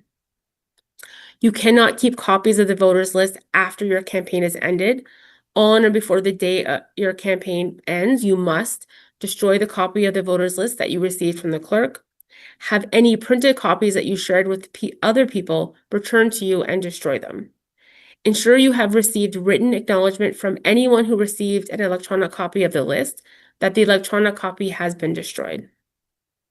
Next slide, please. Before you share the voters list with someone, you must obtain a written acknowledgement from that person. That written acknowledgement must confirm that they will only use the list for electoral purposes and not for commercial purposes. They will not share or give copies of the list to anyone else. If they receive a physical copy of the list, they will return that copy to you. If they receive an electronic copy of the list, they will destroy the copy and give you written confirmation that the electronic copy has been destroyed. The written acknowledgement should set out the dates by which people must return the physical copies to you, or give you written confirmation that the electronic copies have been destroyed. You must keep the records of the written acknowledgements that you have received until November 15th, 2030, when the next council or school board takes office. You must also keep any written confirmations that electronic copies of the list have also been destroyed. Next slide, please. So there are a number of reasons why someone would appoint someone else to vote on their behalf. It could be possibly an absence from the area or an illness. Section 44 of the Municipal Elections Act covers the issuance of proxy forms. No appointments for proxies are made until all nominations are closed. The clerk may designate a place and time for presentation of proxy voting application and appointment forms for clerk certification. Assignment of proxy voting is the responsibility of an eligible voter to appoint an identified eligible voter. An eligible proxy may exercise only one proxy vote unless the proxy is acting on behalf of a spouse, sibling, parent, child, grandparent, or grandchild. Proxy forms must be filled out completely before being signed and have original signatures. Also to note that to appoint a voting proxy, you must fill out 2 copies of the appointment for voting proxy forms, and both copies must have original signatures. Please check with the municipal clerk if proxy voting is available, as municipalities that use alternative voting may not permit proxy voting. Next slide, please. So now I'm going to cover scrutineers, recounts, and some key dates. Next slide, please. Only a candidate may appoint scrutineers to represent him or her during the voting and the counting of votes, including during a recount. Third-party advertisers cannot appoint scrutineers. In the traditional election where voting takes place at a poll, the deputy returning officer is in charge of the activity in the voting place, and the deputy returning officer may ask the scrutineer to leave if the scrutineer is not complying with legislation.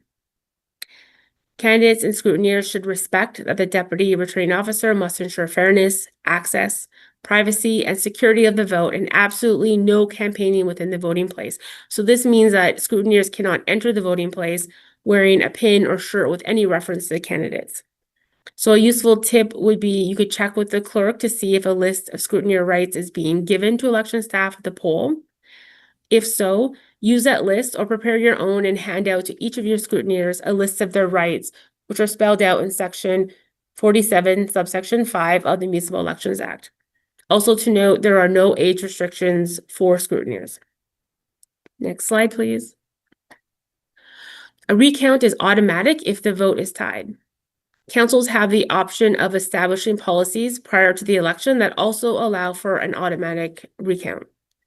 Council still retains the option to pass a resolution for a recount within 30 days after the clerk has declared the results of the election. An eligible elector can apply to the courts for a recount within 30 days of the clerk's declaration of the results as well. Next slide, please. So this slide lays out some key dates. Voting day is Monday, April 26, 2026, between 10 a.m. to 8 p.m. Unless there are possibly reduced hours that are set by the clerk for retirement homes and certain institutions, or is possible the clerk decides to open voting places earlier than the required 10 a.m. The campaign period, the time when a candidate can accept contributions and incur election expenses, runs from the date the nomination is submitted up until December 31st, 2026. The campaign period for third-party advertisers, when they can incur expenses, begins on the date the registration is certified, the earliest being May 1st until December 31st, 2026. The deadline for filing of the campaign financial statements in the clerk's office is Tuesday, March 30th, 2027, no later than 2 p.m.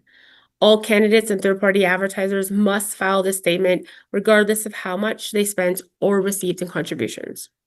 Next slide, please. So this slide lays out some great resources to review and prepare for your campaign. On here, you'll also see that we reference quite a bit the 2026 candidates guide. There's a link there to all the election guides there. Also, you will want to be very familiar with the Municipal Elections Act, the Municipal Act, and the Municipal Conflict of Interest Act. Next slide, please. And it's question time. And then the next slide also has David and my contact information in the event down the road you have any other further questions too.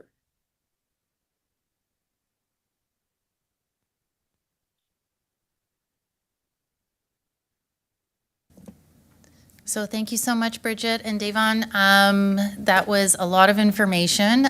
We still have everybody in the audience, so that's great. And if anybody has any questions, I encourage you to please voice them. We have the ministry here tonight to answer any questions that you may have. And just to let folks know that may watch this after, as well as those here tonight, we will be posting this presentation as well as the video on our website probably next week, so you'll have all of that information as well. We did provide everybody a candidate's guide, so they have that. They've been able to kind of follow along, take some notes. But if you have any questions, I do encourage you to step forward and ask them, and there is no wrong question. So that's why we're here tonight. So if you have any, please feel free. Yeah, come on over and we can have them hear you online.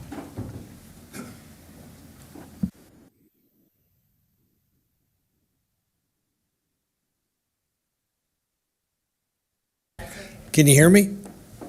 Yes, I can hear you. Yeah. Okay. When you were reading the information about school board trustees, with everything that's going on in the news, excuse me, that's going on in the news now, is that going to change, or is that, do those rules stay in place, or I'm just a little confused? Yeah, everything is the same for the school board trustees. Yeah. Yeah. Okay, so maybe I don't know, maybe you guys can answer this. So I'm confused then, if they're trying, if the provincial government's trying to take over the school boards? So no, they're not trying to take over. But that's the Ministry of Education. So my ministry is not involved in any of those decisions. So I'm not sure if I can. Your government's involved in them though, right? Well, it's the Ministry of Education that decides those things. Yeah, but so you're saying then, even though they may change the school boards or how they're operating, the rules to be a trustee or be elected to a school board, that won't change? All that's still relevant. How you're eligible, all the things that we talked about today, but eligibility, all that's still relevant. Yes. Okay, so what the Minister of Education is doing is something different than, it doesn't apply to what you were talking about tonight. No, all the election stuff still Oh. is in place, yes. Okay, good. Yeah, thank you. You're welcome.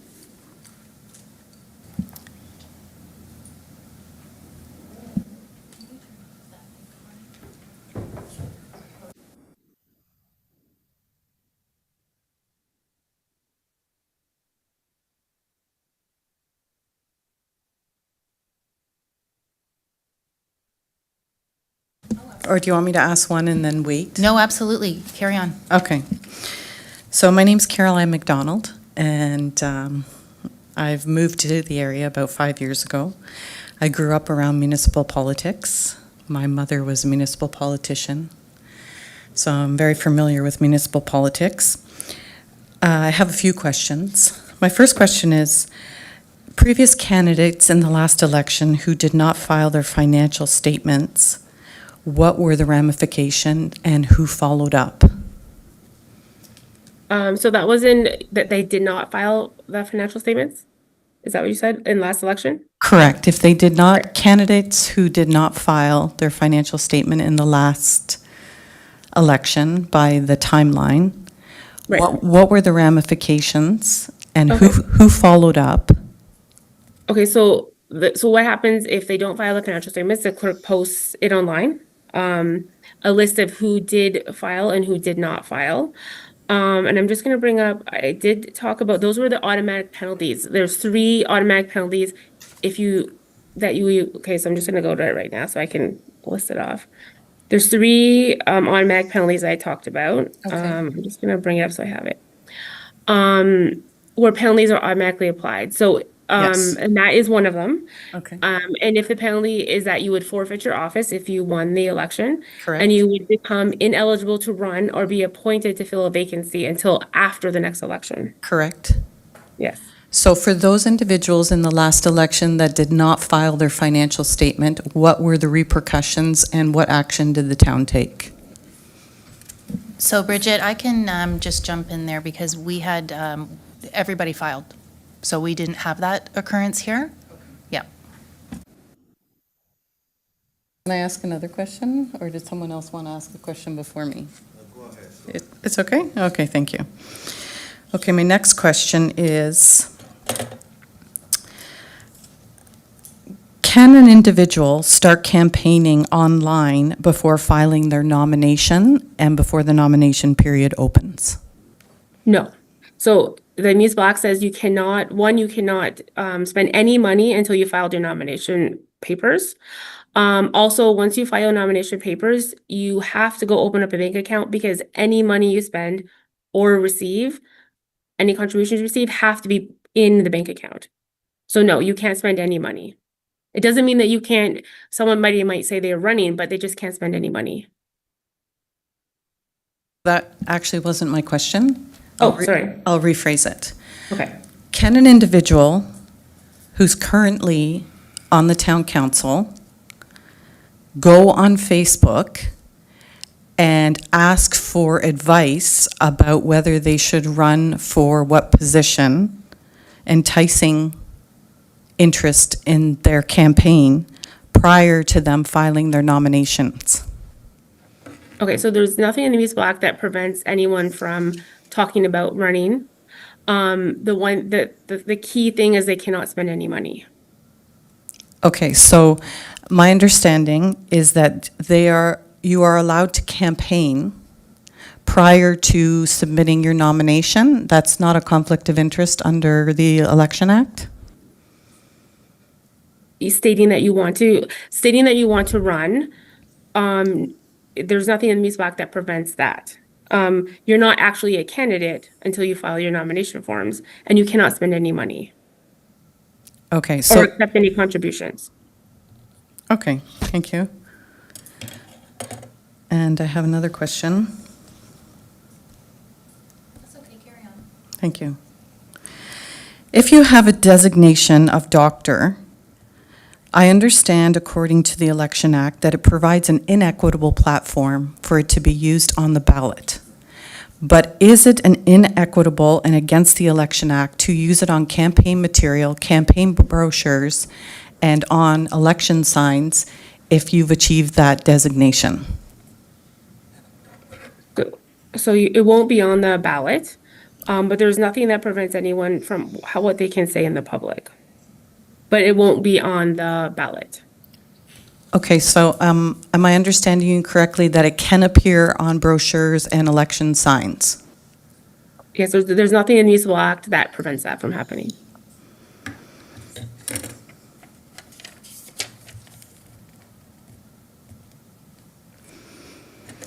Okay, and this is my final question.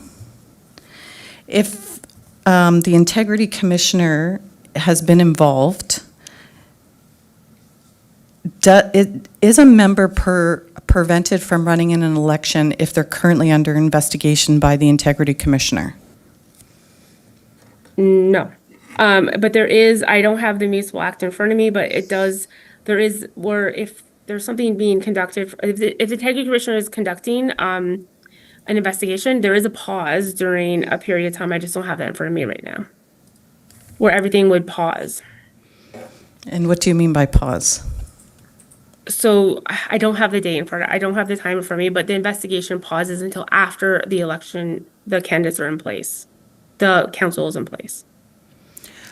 Okay, so if there was something filed with the Integrity Commissioner prior to the election, the person who is the subject of the Integrity Commission complaint is still permitted to run in the election? Yes. And if you want to follow up with me, my email's at the end of the slide, and I can give you more information on the period, like what I just spoke about, because I don't have the act in front of me. So if you want to follow up with me with that question, I can provide a better answer for that. Okay, thank you. Okay, you're welcome.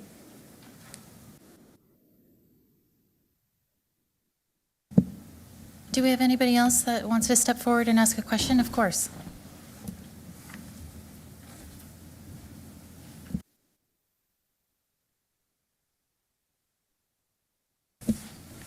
Thank you so much for your presentation. My name is Onyeka with you. I just have like one person question. Okay, can you hear me now? Yeah, I can hear you. I can hear you. Yeah, so during the presentation, it listed like some engagements that may prevent you from standing for or being nominated successfully for office in the municipal government. So I'm wondering, are there like employment types that also restrict one from being a candidate? Right, yeah. Yeah, An that's- employee of the municipality? Is that what you mean? Okay, I'm also thinking, does the self-employment of any form or being a board member of an organization prior, does it stop you from being a candidate? No. No, not from being self-employed, no. And being a local board, it depends, I guess, no, not from a local board. Okay. My second question points to the funds. You're not allowed to receive funds before the election, correct? You mean endorsement? Before your nomination, like funds for the election. Yes, you're not allowed to receive money here. Oh, yeah, so yeah, you cannot accept any contributions or spend any money on your campaign until after you filed your papers and open a bank account. Yeah, that leads to my question. Okay. If at any point maybe you've been successfully, you don't want to open a bank account, so you've been dealing in cash. Like the contributions you've gotten over time are in cash. You still need to open that bank account, correct?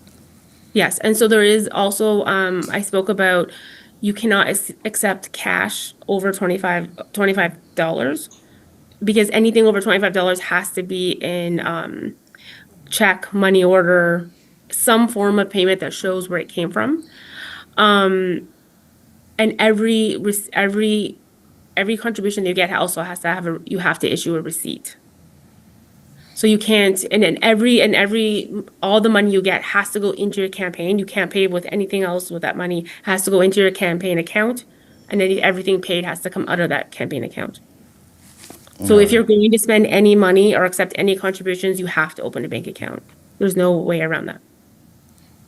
All right, but just to clarify further, if it's goods and services, no cash, no transfer, like no money involved, you can Right. you can run your campaign without the bank account, correct? So it's just you're not, but then you're just, like, if someone's volunteering, is that what you're meaning? Yes. Okay, so if they're That's goods and volunteering, I but, saw it in his presentation.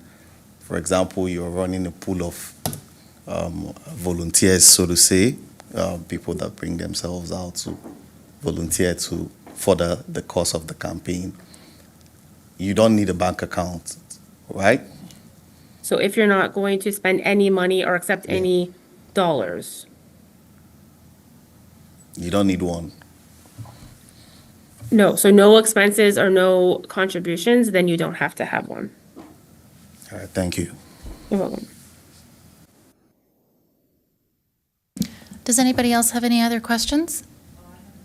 Oh, sure, yeah, come on down.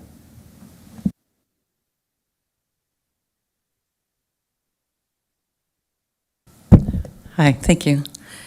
Okay, so Caroline McDonald. I'm on Blizzard Drive at the end of Mountain View Road. So my question is for you, Julie. Candidates in the last election who accepted donations, my understanding is they must open a bank account specifically for the campaign? So I'll try to answer that as best I can. I'll ask Bridget to step in where there's some gaps. So candidates in the last election, if they had spent money or accepted money, they had to have a bank account. And all of the candidates' financial papers were posted online. Those are public.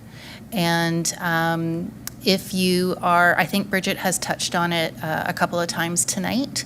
So anything over $25, it has to go into your campaign account, and it has to have a receipt. Right, so I'll just clarify, everything has to go into the campaign account, but you can't accept cash over $25. And yes, you do have to have a campaign account that's exclusively just for your campaign. That was what your question was? And my follow-up question to that, if I may, Sure. is who verifies the information when the financial statements are submitted to ensure that a candidate did in fact open a bank account when they were supposed to, if they accepted donations in the last election? Okay, so the only way that so what would happen is if someone believed that they did not, they would have to file a compliance audit application to the municipality. And then I think I listed a bunch of things. It has to be in writing. It has to say why you believe the Municipal Elections Act has been contravened. That would go to the Compliance Audit Committee. They would review it, and they would decide if they were going to have an auditor review. So that is all through the compliance audit process. And it has to be initiated by an eligible voter. Thank you. You're welcome.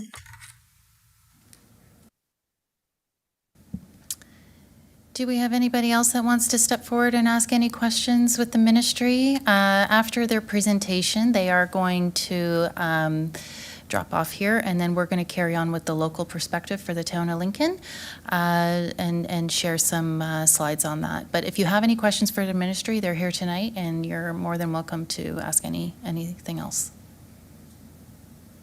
And also just a note, by all means, any questions that come up after, because I know we threw a lot of information out there. You're welcome to reach out to us and ask whatever questions you have after too. Absolutely. No? Okay. I think we're good. So thanks so much, Bridget and Davon. We will post that presentation on our website along with the video next week. And now we're going to move on with the local slides. And thank you for having us. It was great. Thanks Good so luck. much. Thank you. Thank Bye. Thank you. Good luck with everything. Thank you.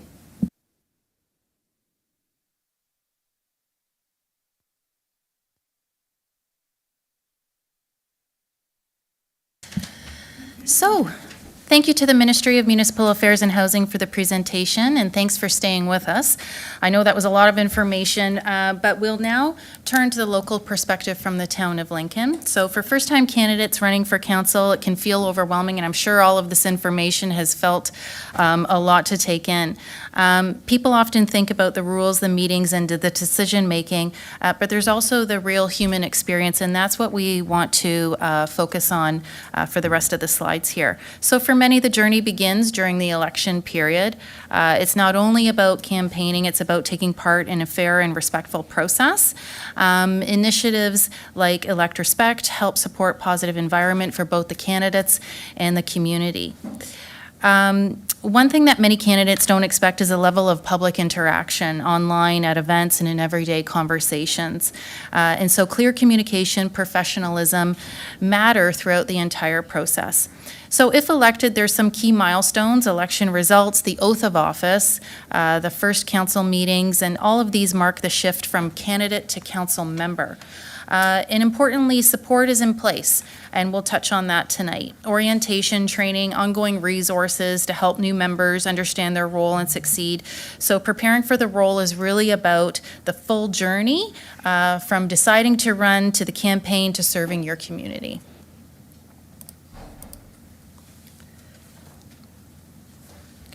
So you may be new to the town of Lincoln, or perhaps you're interested in learning more about the local initiatives. Lincoln is a growing and diverse municipality with a strong mix of rural and urban communities that each contribute to its unique identity. The town has a well-established agricultural base and a strong industrial sector, both of which are important drivers for the local economy. And in recent years, we've seen a significant growth in the wine, craft beverage, and restaurant sector, which has helped position Lincoln as a recognized destination for tourism and visitors.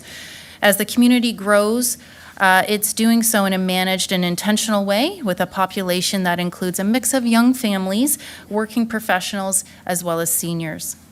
So the diversity is reflected across the municipality, from rural to urban, and overall welcoming community. And one of the key areas of focus for the municipality is economic development, supporting local growth, encouraging business investment, and creating opportunities for job creation across the community. One of the recent initiatives that the town completed in 2025 was the ward boundary review. So just to touch on this, council is elected through a ward system, meaning the town is divided into geographic areas, and residents vote for the councillors who represent their ward. For the upcoming election, the town moved from 4 wards to 3, following a boundary review to reflect population changes and ensure fair representation. Each ward is represented by 2 councillors for a total of 6, plus the mayor, who's elected at large by all voters in the municipality of Lincoln. This means residents are represented by 2 ward councillors and a mayor. For candidates, it's important to understand which ward you're running in, and that you will be representing the needs and the interests that are specific to the community area. Next slide. And we'll skip that slide. Can I just note something, Julie? Oh, turn on your mic. Of course. Sorry, one thing I just wanted to note, because she was talking about ward boundaries, you don't have to live in the ward that you choose to run in. You can run in any one of the 3 local wards. Thank you. That's an important note to make. Thank you so much. So what does a clerk do? The clerk is the key statutory officer in a municipal government under the Municipal Act. It's not a political role. It's independent, nonpartisan, and the job is to support fair and proper municipal processes. So during an election, the clerk becomes the municipal returning officer under the Municipal Elections Act, which means that I'm basically in charge of the election. In this role, the clerk runs the election independently to ensure it's fair, transparent, and trusted by the public. Outside of elections, the clerk supports council by providing procedural and legislative guidance. It helps to ensure meetings are run properly, decisions follow the law, and the clerk is responsible for keeping the official record of council and committee meetings, managing municipal records, so that the public can access information. So in simple terms, the council makes decisions for the community, and the clerk makes sure the process, both elections and council business, is done correctly, fairly, and transparently. Next slide. So you may have seen some regional changes in regional governance brought down by the province. And so for the Niagara context, the region provides services shared across the local municipalities. So recent provincial changes have restructured regional council and leadership, which meant that they removed all regional councillors for the next upcoming election, and the mayors will be sitting at the region. The mayor plays an important role in representing the town at the regional level, always has. And these changes may reflect how municipalities collaborate on funding, infrastructure, and future service delivery. The key takeaway here is that regional decisions can impact local priorities, so understanding the broader governance structure is important for councillors and mayors overall.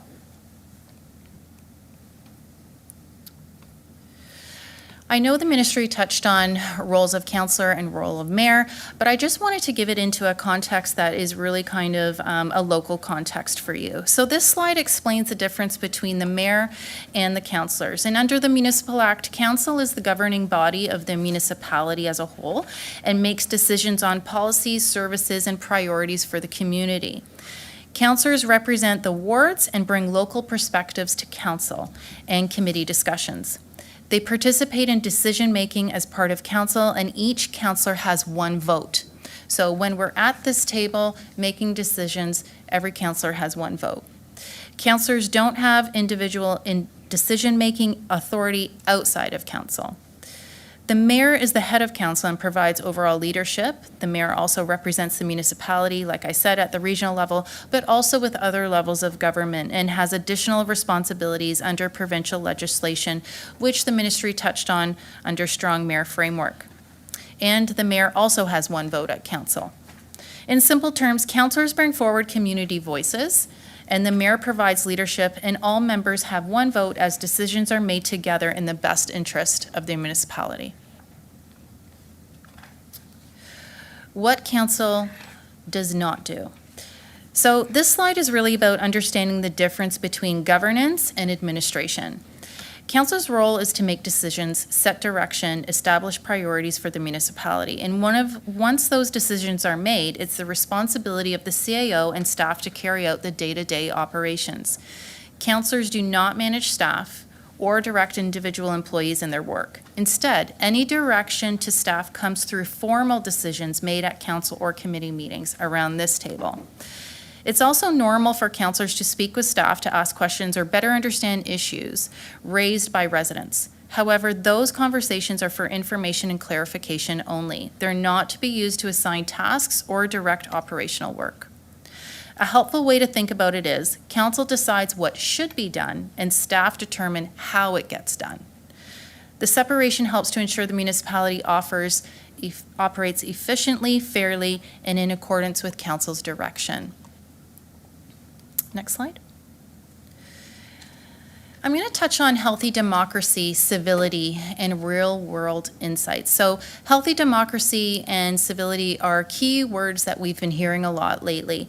And it brings together two important parts on being on council. So pretty much the principles of healthy democracy and what does that look like in real life. Healthy democracy depends on respectful participation. In local government, you will hear different perspectives, and it's not only expected, it's a strength in the process. So those different voices help to lead better, more informed decisions. Civility is what allows process to work well, and it means engaging in respectful conversation even when there's disagreements. And I can tell you that not all decisions are made with unanimous votes. And this applies in council meetings and the community and in online discussions. So in practice, council work involves working through those differences, but in a respectful and professional way. In practice, not every decision will be easy or agreed upon, but the goal is to always work towards the best outcome for the community. Once a decision is made, it becomes a collective decision and council moves forward together. For candidates, this is an important part of the role. So it's not just about making decisions, but it's how you work with others throughout the entire process. The best way to understand this is to hear directly from those who are living it. And to bring this to life, we'll now hear from our members of council who are here tonight, and they'll share their real-world experiences in the role. And I think we're going to start with you, Councillor Lynn Timmers, on what to expect if elected and transitioning into the role. So, yeah. Okay, thank you, Julie. Well, thank you, everyone, for sticking with us. It's been a lot of information. So I'm going to just go through the slide, and then I actually made a few notes just from some personal comments, but I'll keep it brief, I promise. So what to expect if elected. So your transition into the role, there's a learning curve in the first year, and it's huge. And you're really just learning, and I'll never forget this quote. It's like you're drinking from a water hose, or a fire hose. Sorry, not a water hose, a fire hose. And that's exactly how it feels. So you're kind of getting a feel tonight for it. Orientation and training are provided to support new counselors. You know, there's a Counselor 101, and there is support that helps transition into the role. You will learn council processes, which we've talked a little bit tonight, meeting procedures, and governance basics. There will be support available from staff and your council colleagues and external associations. Asking questions and learning on the job is expected and encouraged. So if you're reading a report and you have questions, you turn to staff for clarification or to understand the issues. They're there to support you. The focus is on transitioning into the role and building confidence. So Julie, I don't know if you want me to just put a little bit of my own personal perspective. I was giving it some thought, from when I first came on council a lot of years ago now, but there's a ton of information. And I learned to take one report at a time and try not to read, the whole hundreds and hundreds of pages all in one sitting. I break it up. But you need to organize yourself. And that took a bit of a challenge for me, like figuring out how you're going to organize, your calendar and your events and all the emails that are coming in and all your agendas. And you need to learn the rules of order, Robert's rules. That was kind of touched on a little bit tonight. Do your homework, read before you meet, reach out to staff to help you understand issues, which I already said. Trust the staff. They're the ones that know what they're doing, like they are the experts. Find a mentor. Last election, I actually became a mentor for a counselor. And, if you find a friend or a fellow colleague to help, it's great. It's very good to have that support. Also, one other thing I just wanted to mention was to give some thought about all the committees and the community advisory committees, because there are a lot of them. And when you get to the council table, those are available to you if it's something that you're passionate about or you're interested in. If you're prepared ahead of time, which ones you like and which ones you would like to be a part of. So that's it for me. Councillor Murray, I think we'll head over to you next. Excellent. So this slide's all about the time commitment required, and it's a good question because you don't know how much time it's going to take until you're in it. There's ways to find out. Kind of before I ran for election, I work full time, so I wasn't sure if this was going to be a good fit, if I was going to have enough time available to do it. I do have flexibility in my role, so that helps. But I would say that probably at least half of the people around the council table do work full time. So it's absolutely doable. But as Councillor Timmers mentioned, you got to be able to manage your schedule well, and it helps a lot if there's some flexibility there.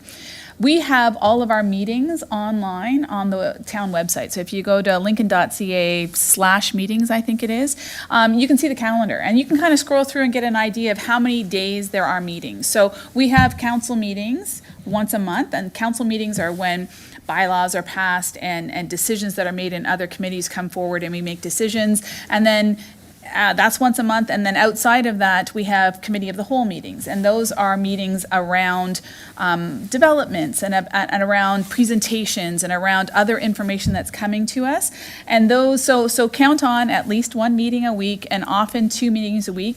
And as Councillor Timmers said, depending on how many committees you choose to be on, those are meetings as well. Some of them are held during the day, but the bulk of them are held in the evening. So for instance, I'm on the Museum Advisory Committee, and we meet once every 2 months. So that's not a huge time commitment. Once every 2 months, we have a 2-hour meeting at the museum. I'm also on the Westlink Memorial Hospital Community Council, which is really an information council. They give us information about what's happening with the new hospital, and then I share it here at the council, and that's only 4 times a year. So those ones are not particularly onerous, but I think Councillor Timmers was hit the nail right on the head when she said that there's a lot of reading to be done. Every meeting, you're expected to be making decisions, and so you can't really make decisions on the fly. You have to have time to have thought about what all the issues are, what the sides of the issues are, and where you think your constituents want you to land in terms of making a decision. So my weekends, Sunday afternoons, I tend to be reading reports. Sometimes, Monday evenings can go a little late, so I try not to have to read any reports until later on in the week. Another thing is that there's a lot of opportunities to interact with the community. We have our executive director of the local Chamber of Commerce here tonight. Thanks, Amelia, for joining us. We as councillors are members of the Chamber of Commerce, and we try our best to go to events that they put on. The Boy Scouts have events. The local soccer club has events. The Soapbox Derby, and a lot of these events we're invited to, and you can pick and choose which ones make sense for you. Similar to committees, the ones that are for events that you're passionate about, I try to go to library events all the time because I love the library. So the time commitment outside of meetings is really what you choose to make it. You can go to every event, or you can go to just a couple of hand-picked ones. It's an opportunity to meet with people, to learn about what's going on in the community, that sort of thing. In terms of the very last one, balancing public duties with personal and professional life. As was mentioned, there's an awful lot to learn when you first start. And I know the first 6 months that I was on council, my husband thought that maybe I'd left because I wasn't home very much. The first 6 months, they're going to have more meetings because we have what they call workshops, which is when the clerk is teaching you about what's happening. And budget starts as well too. So there's a lot of, so there was meetings on Mondays, and then Wednesdays we would have workshops, and then you'd have an event on a Thursday evening. So there was a lot at the beginning, but then it kind of evens out. We tend to be a little slower during the summer, no meetings during August. There are opportunities to go to larger conferences. So there's AMO, which is the Association of Municipalities of Ontario. They have conferences. There's Aroma, other conferences, which is great because it gives you an opportunity to interact with other municipal councillors and learn what they're doing and what's working in their communities. But it can be a big time commitment, but it's absolutely manageable. As Councillor Timmer said, you have to learn how to manage your time well. That's all I'm going to say. Thanks, Councillor Murray. And last but not least, we have Councillor Rajima to talk about what support is available, and you are not alone. So carry on. No, it's true. You're definitely not alone. As both Councillor Murray and Timmers have said, there's a lot of information, but it's interesting. And I think if any of you are thinking about running, I think you're probably people that are interested in a lot of things and like that kind of challenge. So there is a lot to learn, a lot to manage, but I mean, it never stops being interesting. I can promise you that. Some of the things that you hear about on a regular basis, that become sort of repetitive. I mean, it snows every year, so if there's always somebody always has a concern whether their snow has been removed fast enough. But even some of the issues that come up and some of the things that you're discussing, well, even if they're repetitive, sometimes listening to people talk and how the decisions are made around the table, it's fascinating. It just opens your mind, and that's the part that never stops being interesting. So to talk about, generally, as the other two councillors said, it's really important to reach out to staff. They are the experts. You know, Julie's the expert here tonight, and she's very well qualified with what she does. So if you had questions about process, about legislation, Julie's the person to ask. You know, they're all there for you. Head of planning, public works, bylaw, building department, fire department, they're all there for you. So make use of them and ask them questions. During meetings and when you're reviewing your agendas, you can reach out to staff also ahead of time for clarification. So when you get to a meeting, you feel prepared for the questions that you do have. So that's always a really good thing a good practice. And those relationships with staff will help you in the long run. You know, you see, I think on TV, you see it looks like in investigative legal shows where people are cross-examining people, and I think you sometimes see that in some council meetings, but here that's not how we treat staff. We treat them with respect, and it's worked well. We all have really good relationships. So yes, direct your questions to staff so they can share their expertise at meetings. Another thing I wanted to talk to you about is, Bridget and Devon? Yes. Okay, so they touched on pecuniary interest and having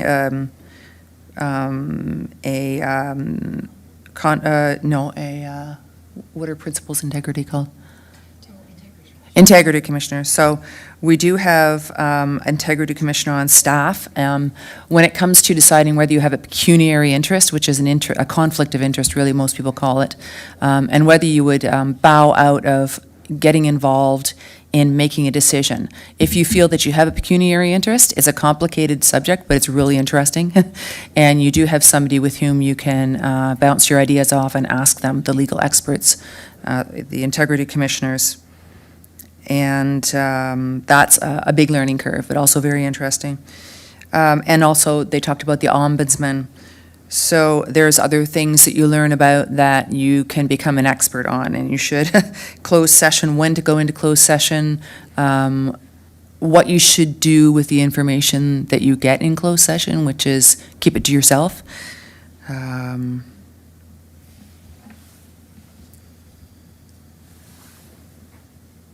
And also, there's rules around, as councillors, let's say you were at a restaurant, and there's lots of cases, so there's lots of cases that you can read through the Ombudsman's office, online, there are books about it, but if you, there's an example, there's lots of examples, but let's say a few councillors, let's say there's 7 of us here, including the mayor, after the next election, there'll be 7 in total, decided to go out for a drink after, or go have some pizza. You can't sit if there's a quorum, so if there's more than half sitting together and talking, you have to be very careful that you don't talk about business.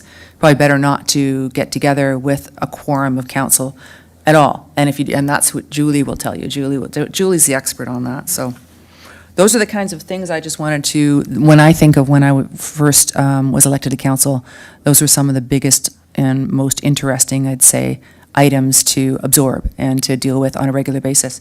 And I also brought some books here. I'm going to put them on the counter over there if you want them.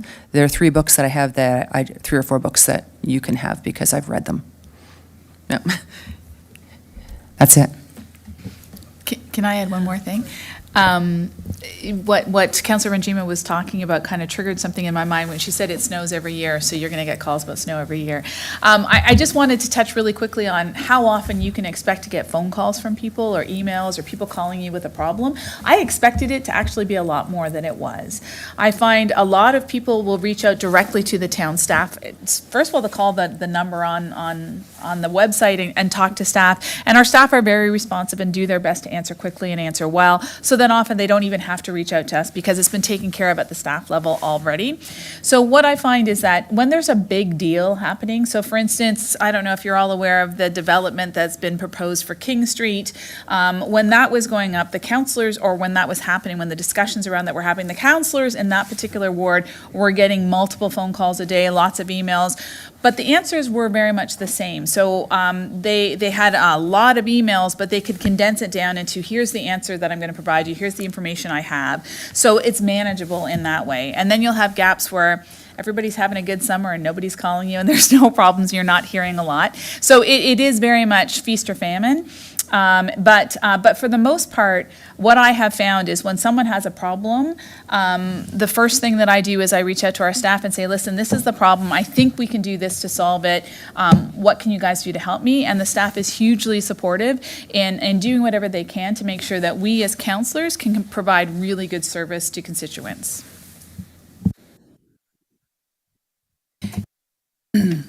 So I just have to jump in, and all good points, Councillor Murray. You know, I found in my first term of council, it was very similar experience. I didn't have as many people reaching out, but the longer you're in, it seems that really expands. And so it can be quite busy with emails and phone calls. It seems to ramp up the longer you're in and the more people get to know you and reach out to you. But it's always been very manageable, and I enjoy helping people. So that's why I do what I do. But as Councillor Murray said, staff are, they help us. They help support us with every issue that comes to us. That's where we take it, because they are the experts. They know how to solve the issues. So I find I've never really had an issue that I haven't been able to have a really good end to or a good solution. So what else? We've been through some stressful times. The work councillors do changes with what's going on in the community as well. Like, as Councillor Murray said, there could be like a very contentious development. So then, of course, you're going to be extremely busy. People are going to stop you everywhere, in the grocery store, on the street, wherever they see you and want to talk about it. But then there'll be times when things are good and there's not too much going on, so it's a little quieter. But it's definitely an ebb and flow for sure.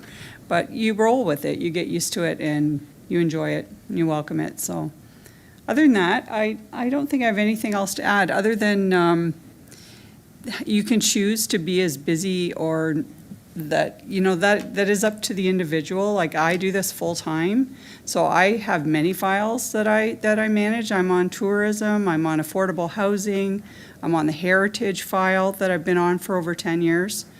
I was on Age Friendly, I'm on the Hydro Board. I think there's another one there. Did I say tourism? I think I'm on 5. So I mean, I'm out a lot, and I'm very busy with that, but that is an individual choice. I do all of those because that's where my passions are, my interests are. And so that's an individual choice. But anyway, I just wanted to add that. So thank you. Yeah, and I will add that Councillor Murray touched on it a little bit earlier, was that the meetings for council and committee, they're mainly in the evenings as well as our advisory boards. And that's because we are considered, even though, as Councillor Timmers has touched on, she's utilizing this as a full-time role. But as you said, you can make it as much as you want or as little as you want. However, I will add that the expectation when you are elected is that you attend the meetings. And should you not, that actually can result in us not achieving quorum if a few are missing. And so that's a big deal, because that delays decision-making, and that ends up getting pushed to another agenda at another point in time. And sometimes, depending on what the file is, for instance, our planning development files, those are deadline driven by legislation. And so it is imperative that when you do make that decision, that you consider all of that, and that you consider, speaking to your family if you need to, so that those are some things that you might want to consider before putting your name forward, is that there is an expectation that you do attend these meetings. Other than that, I think we've covered most of it. Did you want to say something, Councillor Murray? No? So we'll move on to the next slide. And finally, submitting your nomination. So if you've listened to all of this and you're still interested, we suggest that you make an appointment with the clerk's office, and that will be with myself and our deputy clerk who is here today, Lindsay, and we will walk you through the process. Now, you will have in your candidates package Form 1, Form 2, and the candidates guide will explain what those are. And candidates are responsible for ensuring that they understand and comply with all the requirements under the Municipal Elections Act. So you'll complete those nomination forms accurately, submit with the during the nomination period. And the nomination period is from May 1st until August 21st. And you'll file those with me. When you do file them, you are expected to pay that nomination fee. And all of the identification that's required to do so. We will be providing you with the election sign bylaw and the use of corporate resource during an election policy, as well as some more information at that time.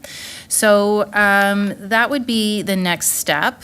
And if at any point that you have any questions throughout the process, I encourage you to contact the clerk's office. Lindsay and I have both made our cards available on the table. The ministry touched on it earlier tonight.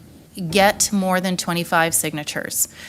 So you will have 25 signatures on there. I always suggest you get more than what is required, and make sure that you're not without those in case one of them is disqualified, and then you're not short. So next slide. So to close this evening, I want to thank you again for taking the time to join us and for your interest in serving the community. Whether you decide to run or are still considering it, I hope tonight has given you a clear understanding of both the role and the process as well as what's available. Please remember to stay informed, ask questions, reach out to the clerk's office if you need guidance. We encourage you to attend. If you still want to go through this presentation again with the ministry, they're offering it on April 29th in Welland, and that's for all Niagara municipalities. If at any time you want to rewatch this, it'll be available online. If anybody has any questions, I'm happy to take them tonight. If you think of anything after, just feel free to email us. And I know tonight's been a lot of information, but I thank you so much for turning out tonight and for your interest in the community and public service. So, thank you.